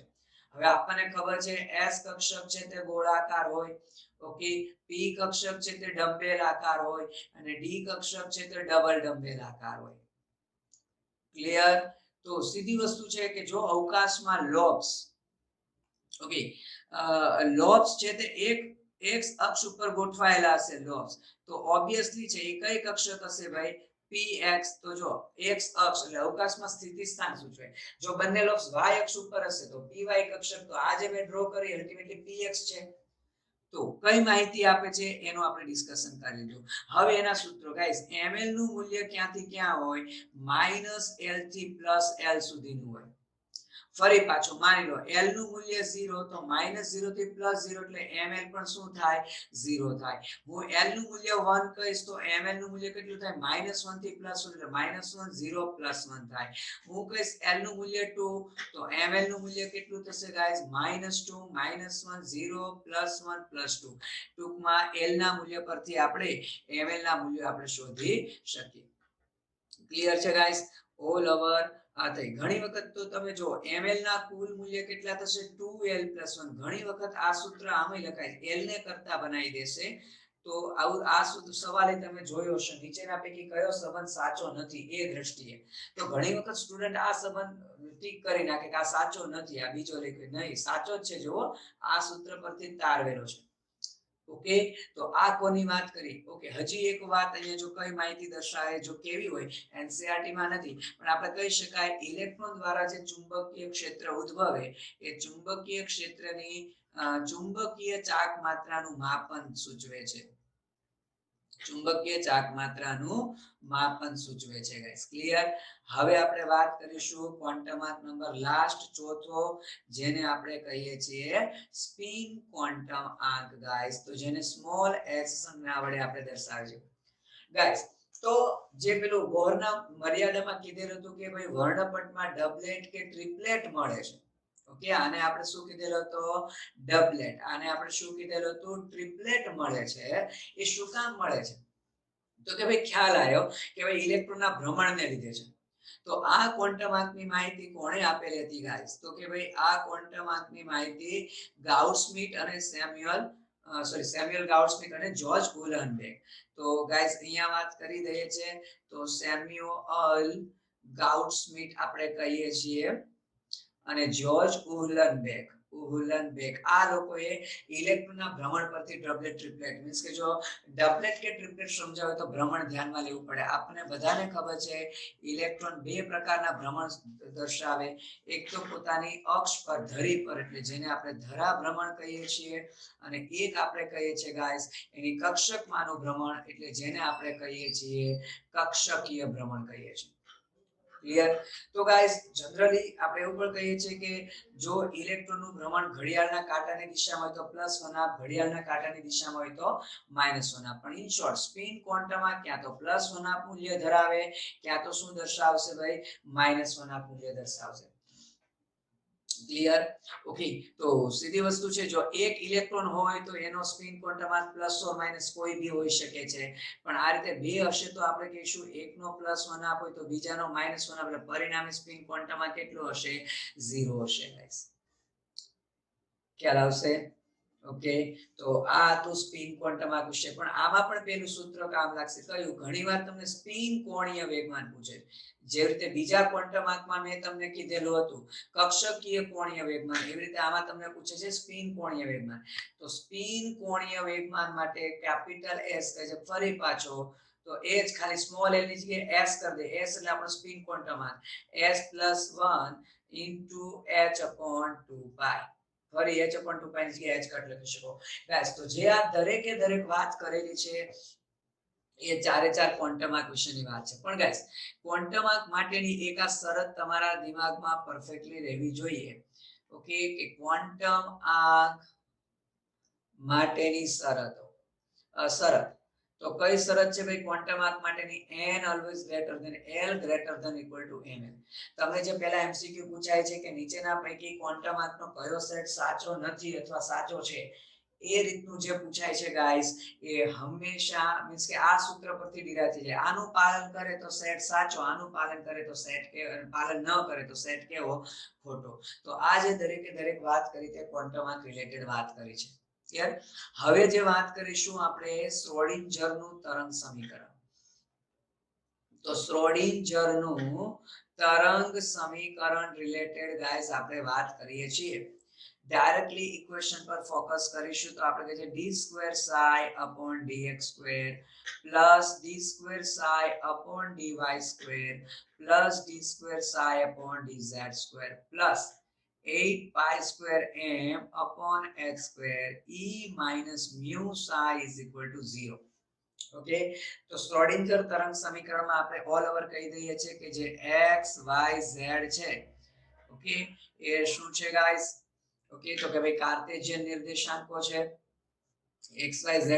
પેલું શું લખ્યું છે છેલ્લે? છેલ્લે મેં લખેલું છે e - μ ψ.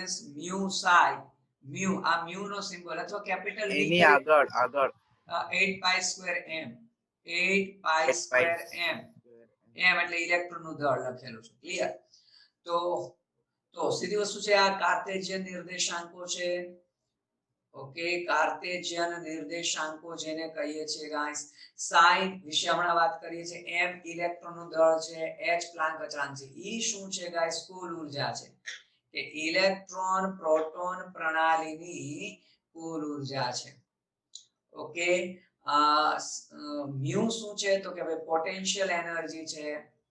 મ્યુ છે તે પોટેન્શિયલ ઊર્જા છે ગાઈસ.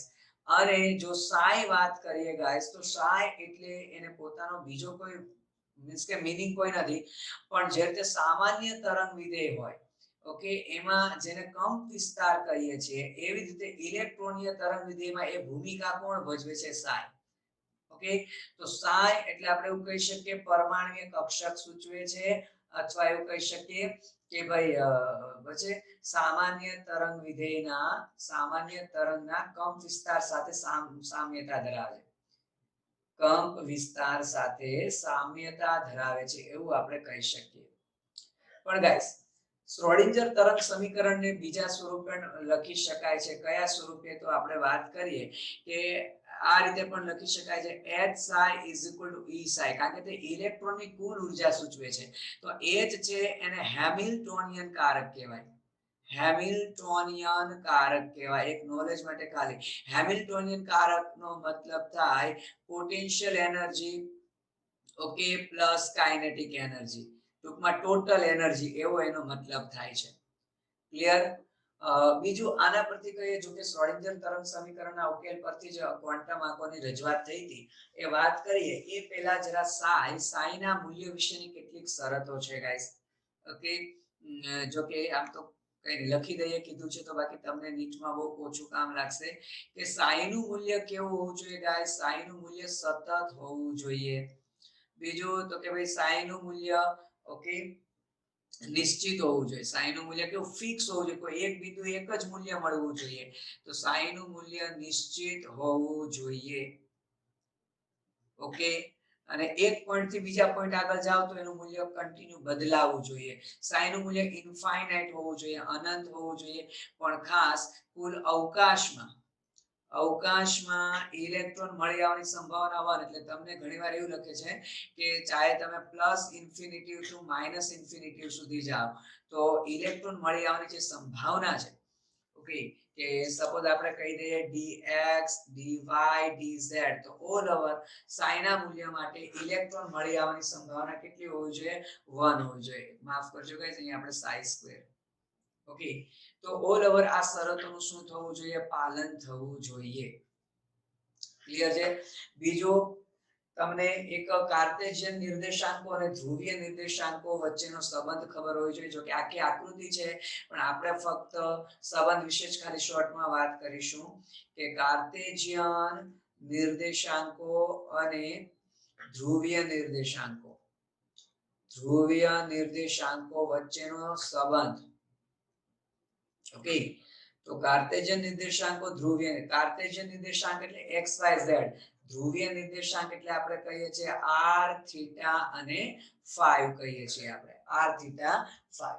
તો શું સંબંધ છે ગાઈસ એમની વચ્ચેનો? તો x આપણે કહીએ છીએ r sin theta cos phi.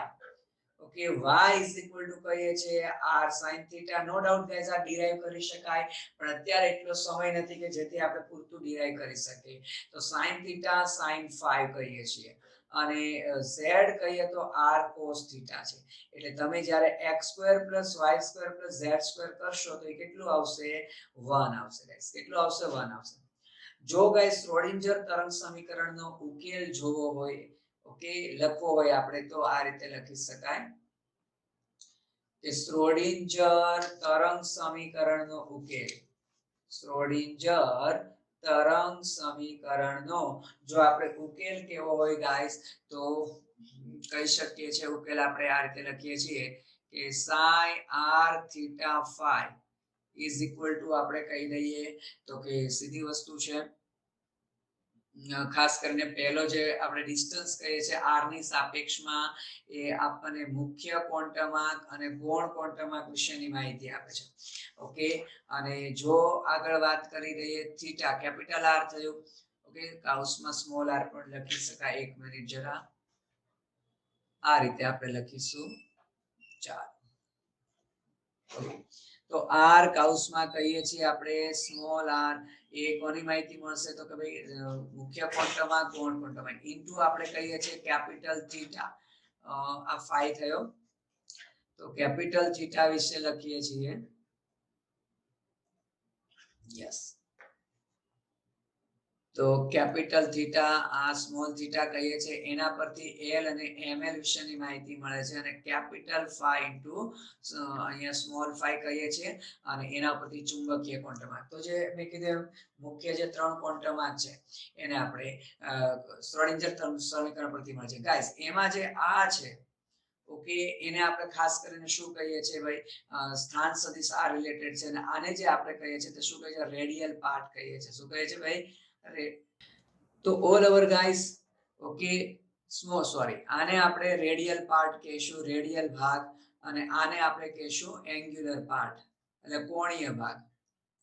Angular part અથવા તો શું કહીએ? કોણીય ભાગ કહીશું. તો શ્રોડિંજર તરંગ સમીકરણ જો કે ખાલી એક નોલેજ માટે કીધું, નીટમાં ખાસ આના પર ક્વેશ્ચન આવતા નથી, ખાસ નોલેજ માટે આપણે ડિસ્કસ કરેલું છે. ક્લિયર? ચાલો, હવે નેક્સ્ટ આપણે જે વાત કરવાની છે એ વાત કરીશું આપણે શ્રોડિંજર તરંગ સમીકરણ પછી ખાલી રૂલ્સ કહી દઈશું ઇલેક્ટ્રોન રચના લખવા માટે. ઓકે, તો સીધી વસ્તુ છે આઉફબાઉનો સિદ્ધાંત કહી દઈશ ડાયરેક્ટ. આઉફબાઉનો સિદ્ધાંત ખાલી રોજ, બાકી મને ખ્યાલ છે ત્યાં સુધી તમને ઇલેક્ટ્રોન રચના લગતા તો આવડતી હોય ગાઈસ. ઓકે, શું કહે છે આઉફબાઉ? એવું કહે છે પહેલી વસ્તુ આઉફબાઉનો મતલબ આપણે કહીએ છીએ, આ નામનો મતલબ જર્મન વર્ડ છે, તો આપણે એવું કહીએ છીએ એનો મતલબ થાય છે બાંધકામ કરવું અથવા તો રચના કરવી અથવા તો કહીએ છીએ ગોઠવણી કરવી. ઓકે, તો કોની આપણે ગોઠવણી કે કોની રચના કરવાની છે? તો કે ભાઈ ઇલેક્ટ્રોનની ગોઠવણી કે રચના કરવાની છે. ઓકે, તો આપણે એવું કહીએ છીએ કે ઇલેક્ટ્રોન સૌપ્રથમ નીચી ઉર્જા ધરાવતી કક્ષકમાં દાખલ થાય છે. કક્ષકમાં દાખલ થાય છે અને ઓકે, તે કક્ષક સંપૂર્ણ ભરાઈ ગયા બાદ જ ઓકે ઇલેક્ટ્રોન ઊંચી ઉર્જાવાળી કક્ષકમાં જાય છે. ઊંચી ઉર્જાવાળી કક્ષકમાં દાખલ, ઇન શોર્ટ ઉર્જાના ક્રમ પ્રમાણે ભરાય છે. તો હવે સૌથી ઇમ્પોર્ટન્ટ એ છે કે ઉર્જા, કક્ષકની ઉર્જાનો ક્રમ કઈ રીતે નક્કી થાય? તો આપણો એમસીક્યુ માટેનો પોઈન્ટ છે ગાઈસ, તમે આવા એમસીક્યુ જોયેલા હશે કે કક્ષકોની ઉર્જા છે ને, એ કક્ષકોની ઉર્જા આપણે બોહર-બ્યુરીના નિયમ પરથી, બોહર-બ્યુરી ઓકે ના નિયમ પરથી નક્કી થાય. હવે બોહર-બ્યુરીનો નિયમ શું છે? તો કે ભાઈ તમને ખબર છે બે પોઈન્ટ છે કે જે કક્ષા માટે અથવા કક્ષક માટે n+l નું મૂલ્ય વધારે એની ઉર્જા કેવી હોય? વધારે. ઓકે, અને બીજો પોઈન્ટ એવો છે કે જો કોઈ બે જુદી જુદી કક્ષક માટે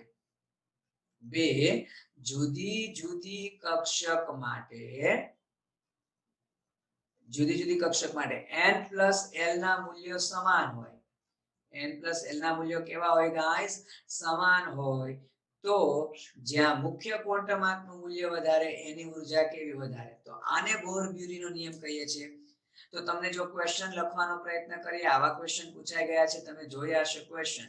તમને એવું પૂછે કે વચ્ચે નીચે આપેલા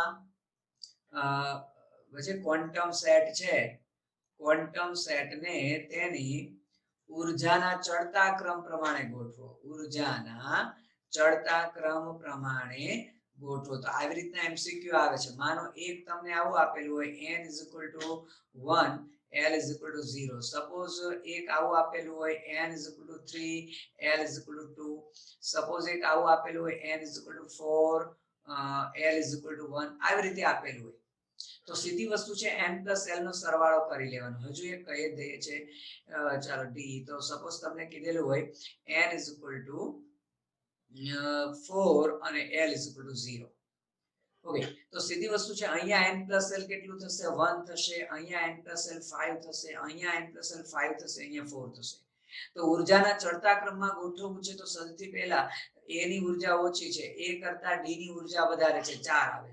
પણ તમે જોવો ગાઈસ કે b અને c માં સરવાળો સરખો છે. જ્યારે સરવાળો સરખો હોય ત્યારે આપણે કીધું કે n નું મૂલ્ય વધવું જોઈએ. તો કોનું n નું મૂલ્ય વધારે છે? c નું. ઓકે, તો b અને છેલ્લે શું હશે? c. તો આ રીતે ઉર્જાનો ચડતો ક્રમ આપણે કહીએ છીએ. અને એને આધારે જો જુદી જુદી કક્ષકોની ઉર્જાનો ક્રમ આપણે જો લખવાનો પ્રયત્ન કરીએ તો સૌથી પહેલા એવું કહીએ છીએ કે એક ઇલેક્ટ્રોન ધરાવતી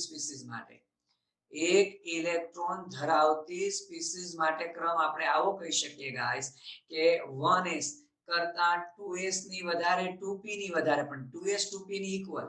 જો હું એક ઇલેક્ટ્રોન ધરાવતા સ્પીસીસ માટે વાત કરું છું, સેમ ટુ સેમ. ટૂંકમાં એમાં કક્ષા જોવાની, પહેલી કક્ષા થઈ આ બીજી કક્ષા. હવે 3s 3p અને 3d, તો આ ત્રીજી કક્ષા.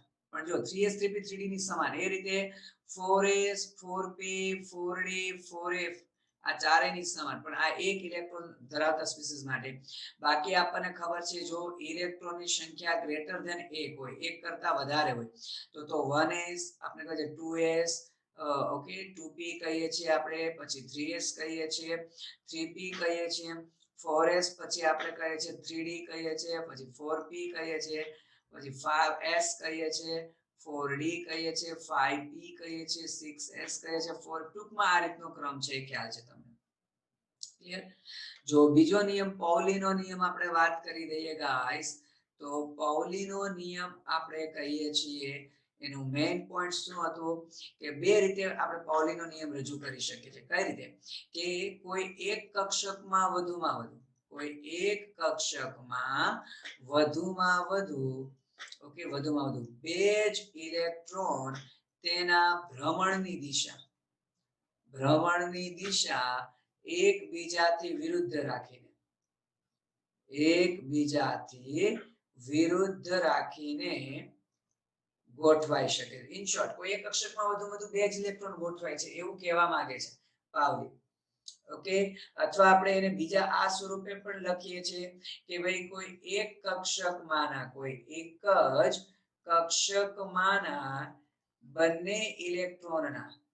બંને ઇલેક્ટ્રોનના ચારેય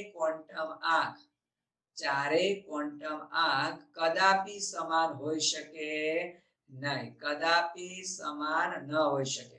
ગાઈસ, વધુ 3 ક્વોન્ટમ આંક સમાન હોઈ શકે, પણ ચોથો સ્પિન ક્વોન્ટમ આંક તો જુદો હોય જ. આપણે ખબર છે. સપોઝ હું તમને કહું મારી પાસે 3s2 છે, તો આ બંને ઇલેક્ટ્રોન માટે કહું તો n કેટલો થાય? 3 થાય.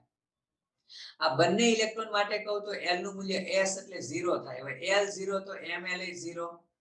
તો જો આ બંને ઇલેક્ટ્રોન માટે ત્રણેય ક્વોન્ટમ આંક, પહેલા 3 તો સમાન છે, પણ ચોથો ક્વોન્ટમ આંક એક ઇલેક્ટ્રોન માટે +1 આપશે, તો બીજા ઇલેક્ટ્રોન માટે કેવો હશે ગાઈસ? -1 આપશે. તો બસ, ઇન શોર્ટ, આવું પાઉએ એ તો કીધું કે ભાઈ પહેલા નીચી ઉર્જાવાળી કક્ષકમાં ઇલેક્ટ્રોન ભરાય, પછી ઊંચી ઉર્જાવાળીમાં, પણ એને એ નહોતું કીધું કે કોઈ કક્ષક ભરાઈ ગયેલી ક્યારે કહેવાય. તો એ મર્યાદા અલ્ટિમેટલી કોણે દૂર કરી? પાઉલીએ. ઓકે, કે એક કક્ષકમાં બે ઇલેક્ટ્રોન ભરાય પછી શું થઈ ગઈ? પેક થઈ ગઈ કહેવાય. તો પાઉલીના કન્સેપ્ટ અનુસાર જો આપણે ગાઈસ વાત કરી દઈએ તો S છે એને પોતે જ પોતાની પેટા કક્ષક છે. તો ઓબ્વિયસલી છે S કક્ષકમાં વધુ બે જ ઇલેક્ટ્રોન સમાઈ શકાય. P ને પોતાની 3 પેટા કક્ષક છે, તો ઓબ્વિયસલી 6 ઇલેક્ટ્રોન સમાઈ શકાય. D ને પોતાની 5 પેટા કક્ષક છે, તો 10 ઇલેક્ટ્રોન સમાવી શકાય. અને F ને પોતાની 7 પેટા કક્ષક છે ગાઈસ, તો આપણે 14 ઇલેક્ટ્રોન સમાવી શકીએ છીએ. તો આ જે દરેક વાત થઈ તે કોના વિશે વાત થઈ? પાઉલીના નિયમ વિશે. જો ગાઈસ હુન્ડના નિયમ વિશે વાત કરી દઈએ, હુન્ડનો મહત્તમ ભ્રમણનો નિયમ ક્લિયર છે ગાઈસ? હુન્ડનો મહત્તમ, જો ગાઈસ ઓકે, સ્પષ્ટ સૂચવે છે મહત્તમ ભ્રમણ, કે ઇલેક્ટ્રોન એની સ્પિન ભ્રમણ એટલે સ્પિન મેક્સિમમ રાખવા કરે. તો પાઉલીના નિયમની મર્યાદા હું શું કહી શકું ગાઈસ? એને એવું તો કહી દીધું ચાલો કે p કક્ષકમાં 6 ઇલેક્ટ્રોન ભરાય, પણ p ને પોતાની 3 પેટા કક્ષક કે જેની ઊર્જા સમાન છે. તો ગાઈસ પહેલી વસ્તુ તો સમાન ઊર્જા ધરાવતી કક્ષકોને આપણે શું કહીએ છીએ ગાઈસ? ઓકે, સમશક્તિ કક્ષકો અથવા ડીજનરેટ. તો ડીજનરેટ ઇંગ્લિશ વર્ડ છે, પણ ઘણીવાર આ રીતે ગુજરાતીમાં લખેલું આવી જાય છે. ડીજનરેટ કક્ષકો કહેવાય ગાઈસ. તો સમાન ઊર્જા ધરાવતી કક્ષકમાં ઇલેક્ટ્રોન 6 છે, તો શું આ પહેલા એક ભરાશે કે પહેલા 2 પછી એક? ઓકે, ઇન શોર્ટ, સમશક્તિ કક્ષકોમાં ઇલેક્ટ્રોનની ગોઠવણીની સમજૂતી પાઉલીએ નહોતી આપી, એ હુન્ડે આપી. 1 મિનિટ કરતા ઓછો સમય બાકી છે ગાઈસ, કન્ટિન્યુ આ લિંક પર થશું, કારણ કે હજી આપણે નોડલ સમતલ વિશે ખાસ વાત કરવી છે. નોડ અને નોડલ સમતલ એના ઘણા એમસીક્યુ પૂછાય છે. તો સમશક્તિ કક્ષકોમાં ઇલેક્ટ્રોનની ઊર્જા વિશે ઇલેક્ટ્રોનની ગોઠવણી વિશે પાઉલીએ નહોતી વાત કરી, જે હુન્ડે કીધું. હુન્ડે એવું કીધું કે જ્યારે કોઈ પણ સમશક્તિ ધરાવતી કક્ષકોમાં ઇલેક્ટ્રોન દાખલ થાય, સપોઝ p કક્ષક, તો પહેલા ઇલેક્ટ્રોન જોજો સ્પિન કેવી રાખવા કરે? મહત્તમ ભ્રમણ રાખવા કરે. પહેલા ઇલેક્ટ્રોન બરજે સમાંતર સ્પિન રાખવા કરે, મીન્સ કે એક ગોઠવાવા કરે. ઓકે, 3 ઇલેક્ટ્રોનને આ રીતે ગોઠવું તો જો +or -1 up, +or -1 up, +or -1 up, એટલે +or -3/2 થાય. તો સ્પિન ક્વોન્ટમ આંક +or-1.5 થાય. તો ઓલ ઓવર એવું કહેતા હતા કે સમશક્તિ કક્ષકોમાં હુન્ડનો નિયમ આવી રીતે લખી શકાય કે સમશક્તિ કક્ષકોમાં ઇલેક્ટ્રોન એવી રીતે ગોઠવાય છે કે જેથી તેમની સ્પિન કેવી રહે ગાઈસ? અથવા તો તેમનો સ્પિન ક્વોન્ટમ આંક લખીશું આપણે, તેમનો સ્પિન ક્વોન્ટમ આંક મહત્તમ રહે. મીન્સ કે ઇલેક્ટ્રોન પહેલા બચે એક રીતે પછી અર્ધપૂર્ણ રીતે ભરાઈ જાય છે. ઓકે, એની સ્પિન મહત્તમ રાખવાનો પ્રયત્ન કરે છે. એક એક ભરાઈ જાય પછી જ ઇલેક્ટ્રોન શું થાય, યુગ્મીકરણ કરવાનું સ્ટાર્ટ કરે. શું કામ? કારણ કે ગાઈસ જો p કક્ષકમાં હું ત્રણને અલગ અલગ રીતે માની લેજો, આ px છે, આ py છે, આ pz, આ રીતે ગોઠવું તો ઇલેક્ટ્રોન અલગ અલગ કક્ષકમાં છે એટલે અપાકર્ષણ ઓછું હોય. પણ જો એ જ ત્રણ ઇલેક્ટ્રોનને સપોઝ હું આ રીતે ગોઠવું તો અહીંયા ઇલેક્ટ્રોન જગ્યા ખાલી હોવા છતાં ઇલેક્ટ્રોન જો બે ગોઠવાય તો અપાકર્ષણ વધારે હોય, અને ઇલેક્ટ્રોન વચ્ચેનું અપાકર્ષણ વધશે તો એ પ્રણાલી અસ્થાયી બનવા કરશે. બીજો મેં હમણાં કીધું, ત્રણ અયુગ્મિત ઇલેક્ટ્રોન છે તો અહીંયા સ્પિન ક્વોન્ટમાંક +or-3/2 એટલે 1.5 થશે. અહીંયા જો અહીંયા એકનો +1 આપને બીજાનો -1 આપે એટલે આ તો 0, તો અહીંયા સ્પિન ક્વોન્ટમાંક ખાલી કેટલો થશે, +or-1 આપે એટલે +1 - 0.5. તો હુંડ એવું કે છે ઇલેક્ટ્રોન એવી રીતે ગોઠવાય જેથી સ્પિન ક્વોન્ટમાંક મેક્સિમમ રહે. ક્લિયર? ચાલો ગાઈસ, હવે એક વાત કરી દઈએ છે નોડ અને નોડલ સમતલ. એમાં પણ જો કે ડાયરેક્ટ ફોર્મ્યુલા દિમાગમાં રાખીશું, ડિટેલમાં અત્યારે કોઈ ડિસ્કસ નહીં કરીએ. તો સિમ્પલ, જો તમને રેડિયલ નોડ પૂછે, રેડિયલ નોડ એટલે સ્ફિયરિકલ નોડ એટલે કે ગોળાકાર નોડ, ઓકે, તો એ આપણે કયા સૂત્રથી શોધીએ છીએ, n-l-1. n એટલે મુખ્ય ક્વોન્ટમાંક, l એટલે ગૌણ ક્વોન્ટમાંક. ઓકે, જો ગાઈસ તમને ખાલી નોડલ સમતલ પૂછે અથવા કક્ષકીય નોડ પૂછે, નોડલ સમતલ અથવા તમને પૂછે કક્ષકીય નોડ, તો કોઈ પણ કક્ષક માટે કક્ષકીય નોડ હંમેશા l જેટલા હોય. અને જો કુલ નોડની વાત કરી દઈએ તો બંનેનો સરવાળો તો l માઈનસ છે, l પ્લસ છે, ઉડી જાય તો કુલ નોડ કેટલા મળશે, n-1. તો ઓલ ઓવર નોડ એટલે કોને કહીએ છીએ ગાઈસ, તો નોડ એટલે એવો વિસ્તાર, નોડ એટલે એવો વિસ્તાર ગાઈસ કે જ્યાં ઇલેક્ટ્રોન મળી આવવાની સંભાવના, ઇલેક્ટ્રોન મળી આવવાની સંભાવના કેવી હોય, શૂન્ય. જો કે ગાઈસ ક્યાં ઇલેક્ટ્રોન મળી આવવાની સંભાવના શૂન્ય ન હોય, પણ 5% કરતા જો ઓછા ઇલેક્ટ્રોન મળવાની સંભાવના હોય તો એને શૂન્ય તરીકે લેવામાં આવે છે. તો એવા વિસ્તારને આપણે શું કહીએ છીએ, નોડ કહીએ છીએ. અને ગાઈસ છેલ્લી 7-8 મિનિટ મારે તમને ગ્રાફ કેવા છે. જો તમને ગ્રાફ પૂછાય તો બેઠે બેઠા જ ગ્રાફ આવવાના છે. તમને દરેકને ગ્રાફ ખ્યાલ હોવો જોઈએ, જે એનસીઈઆરટી માં પણ આપેલા છે. ક્યાં આપેલા છે ગાઈસ, એનસીઈઆરટી માં પણ આપેલા છે. તો જોઈએ આપણે કયા કયા. પહેલા જે ગ્રાફ બનાવીશ એ રેડિયલ, ઓકે, અથવા તો રેડિયલ વેવ ફંક્શન, રેડિયલ તરંગ વિધેય r, રેડિયલ તરંગ વિધેય r વર્સિસ આપણે કહી શકીશું ઓકે ડિસ્ટન્સ એટલે કે અંતર સ્મોલ r. ઓકે, r એટલે ઇલેક્ટ્રોનનું કેન્દ્રથી શું કહીએ છીએ આપણે, અંતર કહીએ છીએ. તો ગાઈસ એ પ્રકારના ગ્રાફ આપણે કહીએ. ગ્રાફ આવશે તો બેઠા જ આવશે, ખાલી ખ્યાલ રહેવો જોઈએ કોના વર્સિસ કોનું છે. ક્યારેક તમને r ની જગ્યાએ કદાચ વચ્ચે સાઈ પણ લખેલું આવે, તો એ ગ્રાફ જો દર્શાવવાનો પ્રયત્ન કરીએ, સૌથી પહેલો ગ્રાફ બનાવું છું તો 1s ઓર્બિટલ માટે બનાવું છું તો r વર્સિસ સ્મોલ r. તો બધાને ખબર છે ગાઈસ, કેન્દ્ર પછી તરત કેન્દ્રની બહાર નીકળવા તો એટલે પહેલી કક્ષા આવી જાય એટલે ઇલેક્ટ્રોન કેવો હોય, મેક્સિમમ હોય ગાઈસ. ઓકે, તો જરા પહેલા ત્રણ આપણે 1s માટે બનાવીશું, 2s માટે બનાવીશું અને એક 2p માટે બનાવીશું.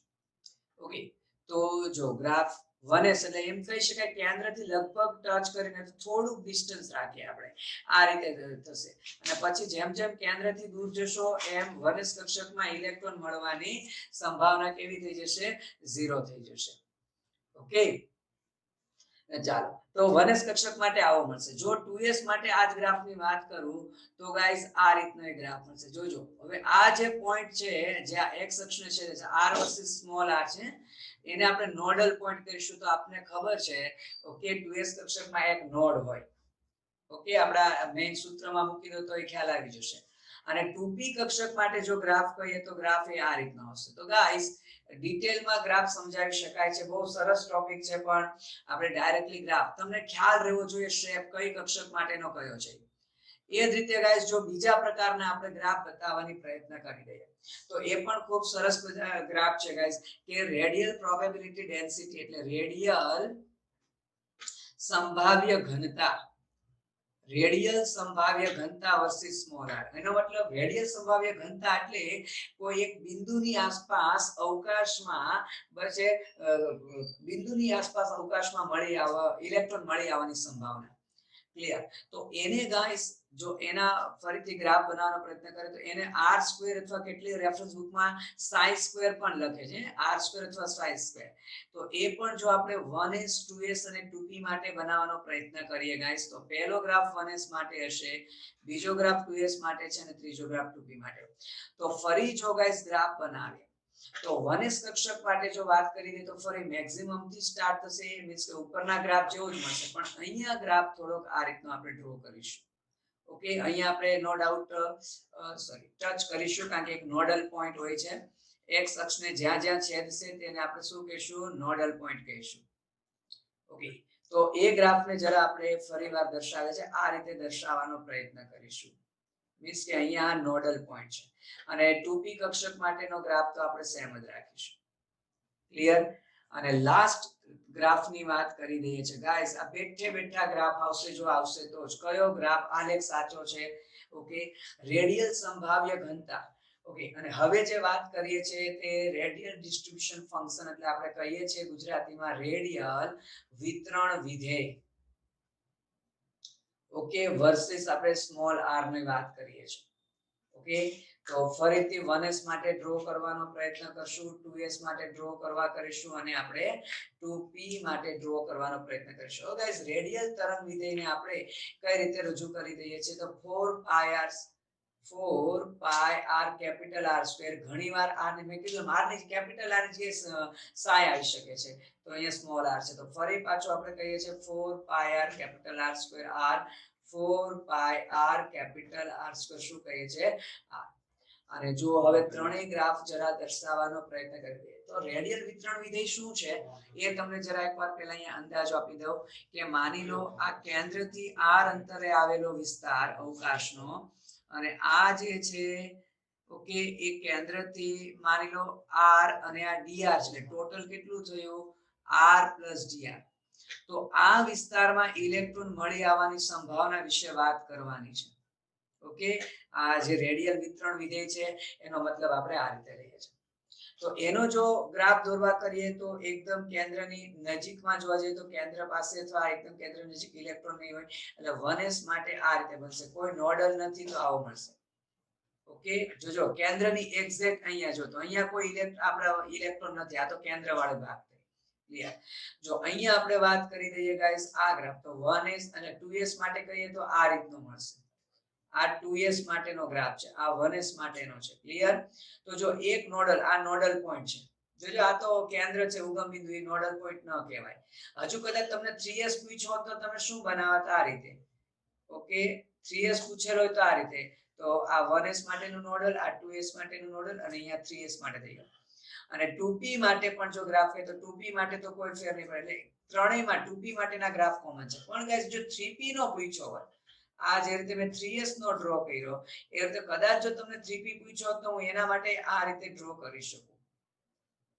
ઓકે, તો અહીંયા નોડ બતાવવાનો પ્રયત્ન કરીશ. તો આવી રીતે ગ્રાફ આપણને મળી શકે. તો આ જે લાસ્ટ 9 ગ્રાફ છે એ બેઠે બેઠા પૂછાશે તો આવવાના છે, એટલે ગાઈસ આ તમારા દિમાગમાં પરફેક્ટલી રહેવું જોઈએ. તો ગાઈસ અહીંયા આપણે સેકન્ડ ચેપ્ટરના જે ઇમ્પોર્ટન્ટ ટોપિક હતા એ બધા કમ્પ્લીટ કરે છે.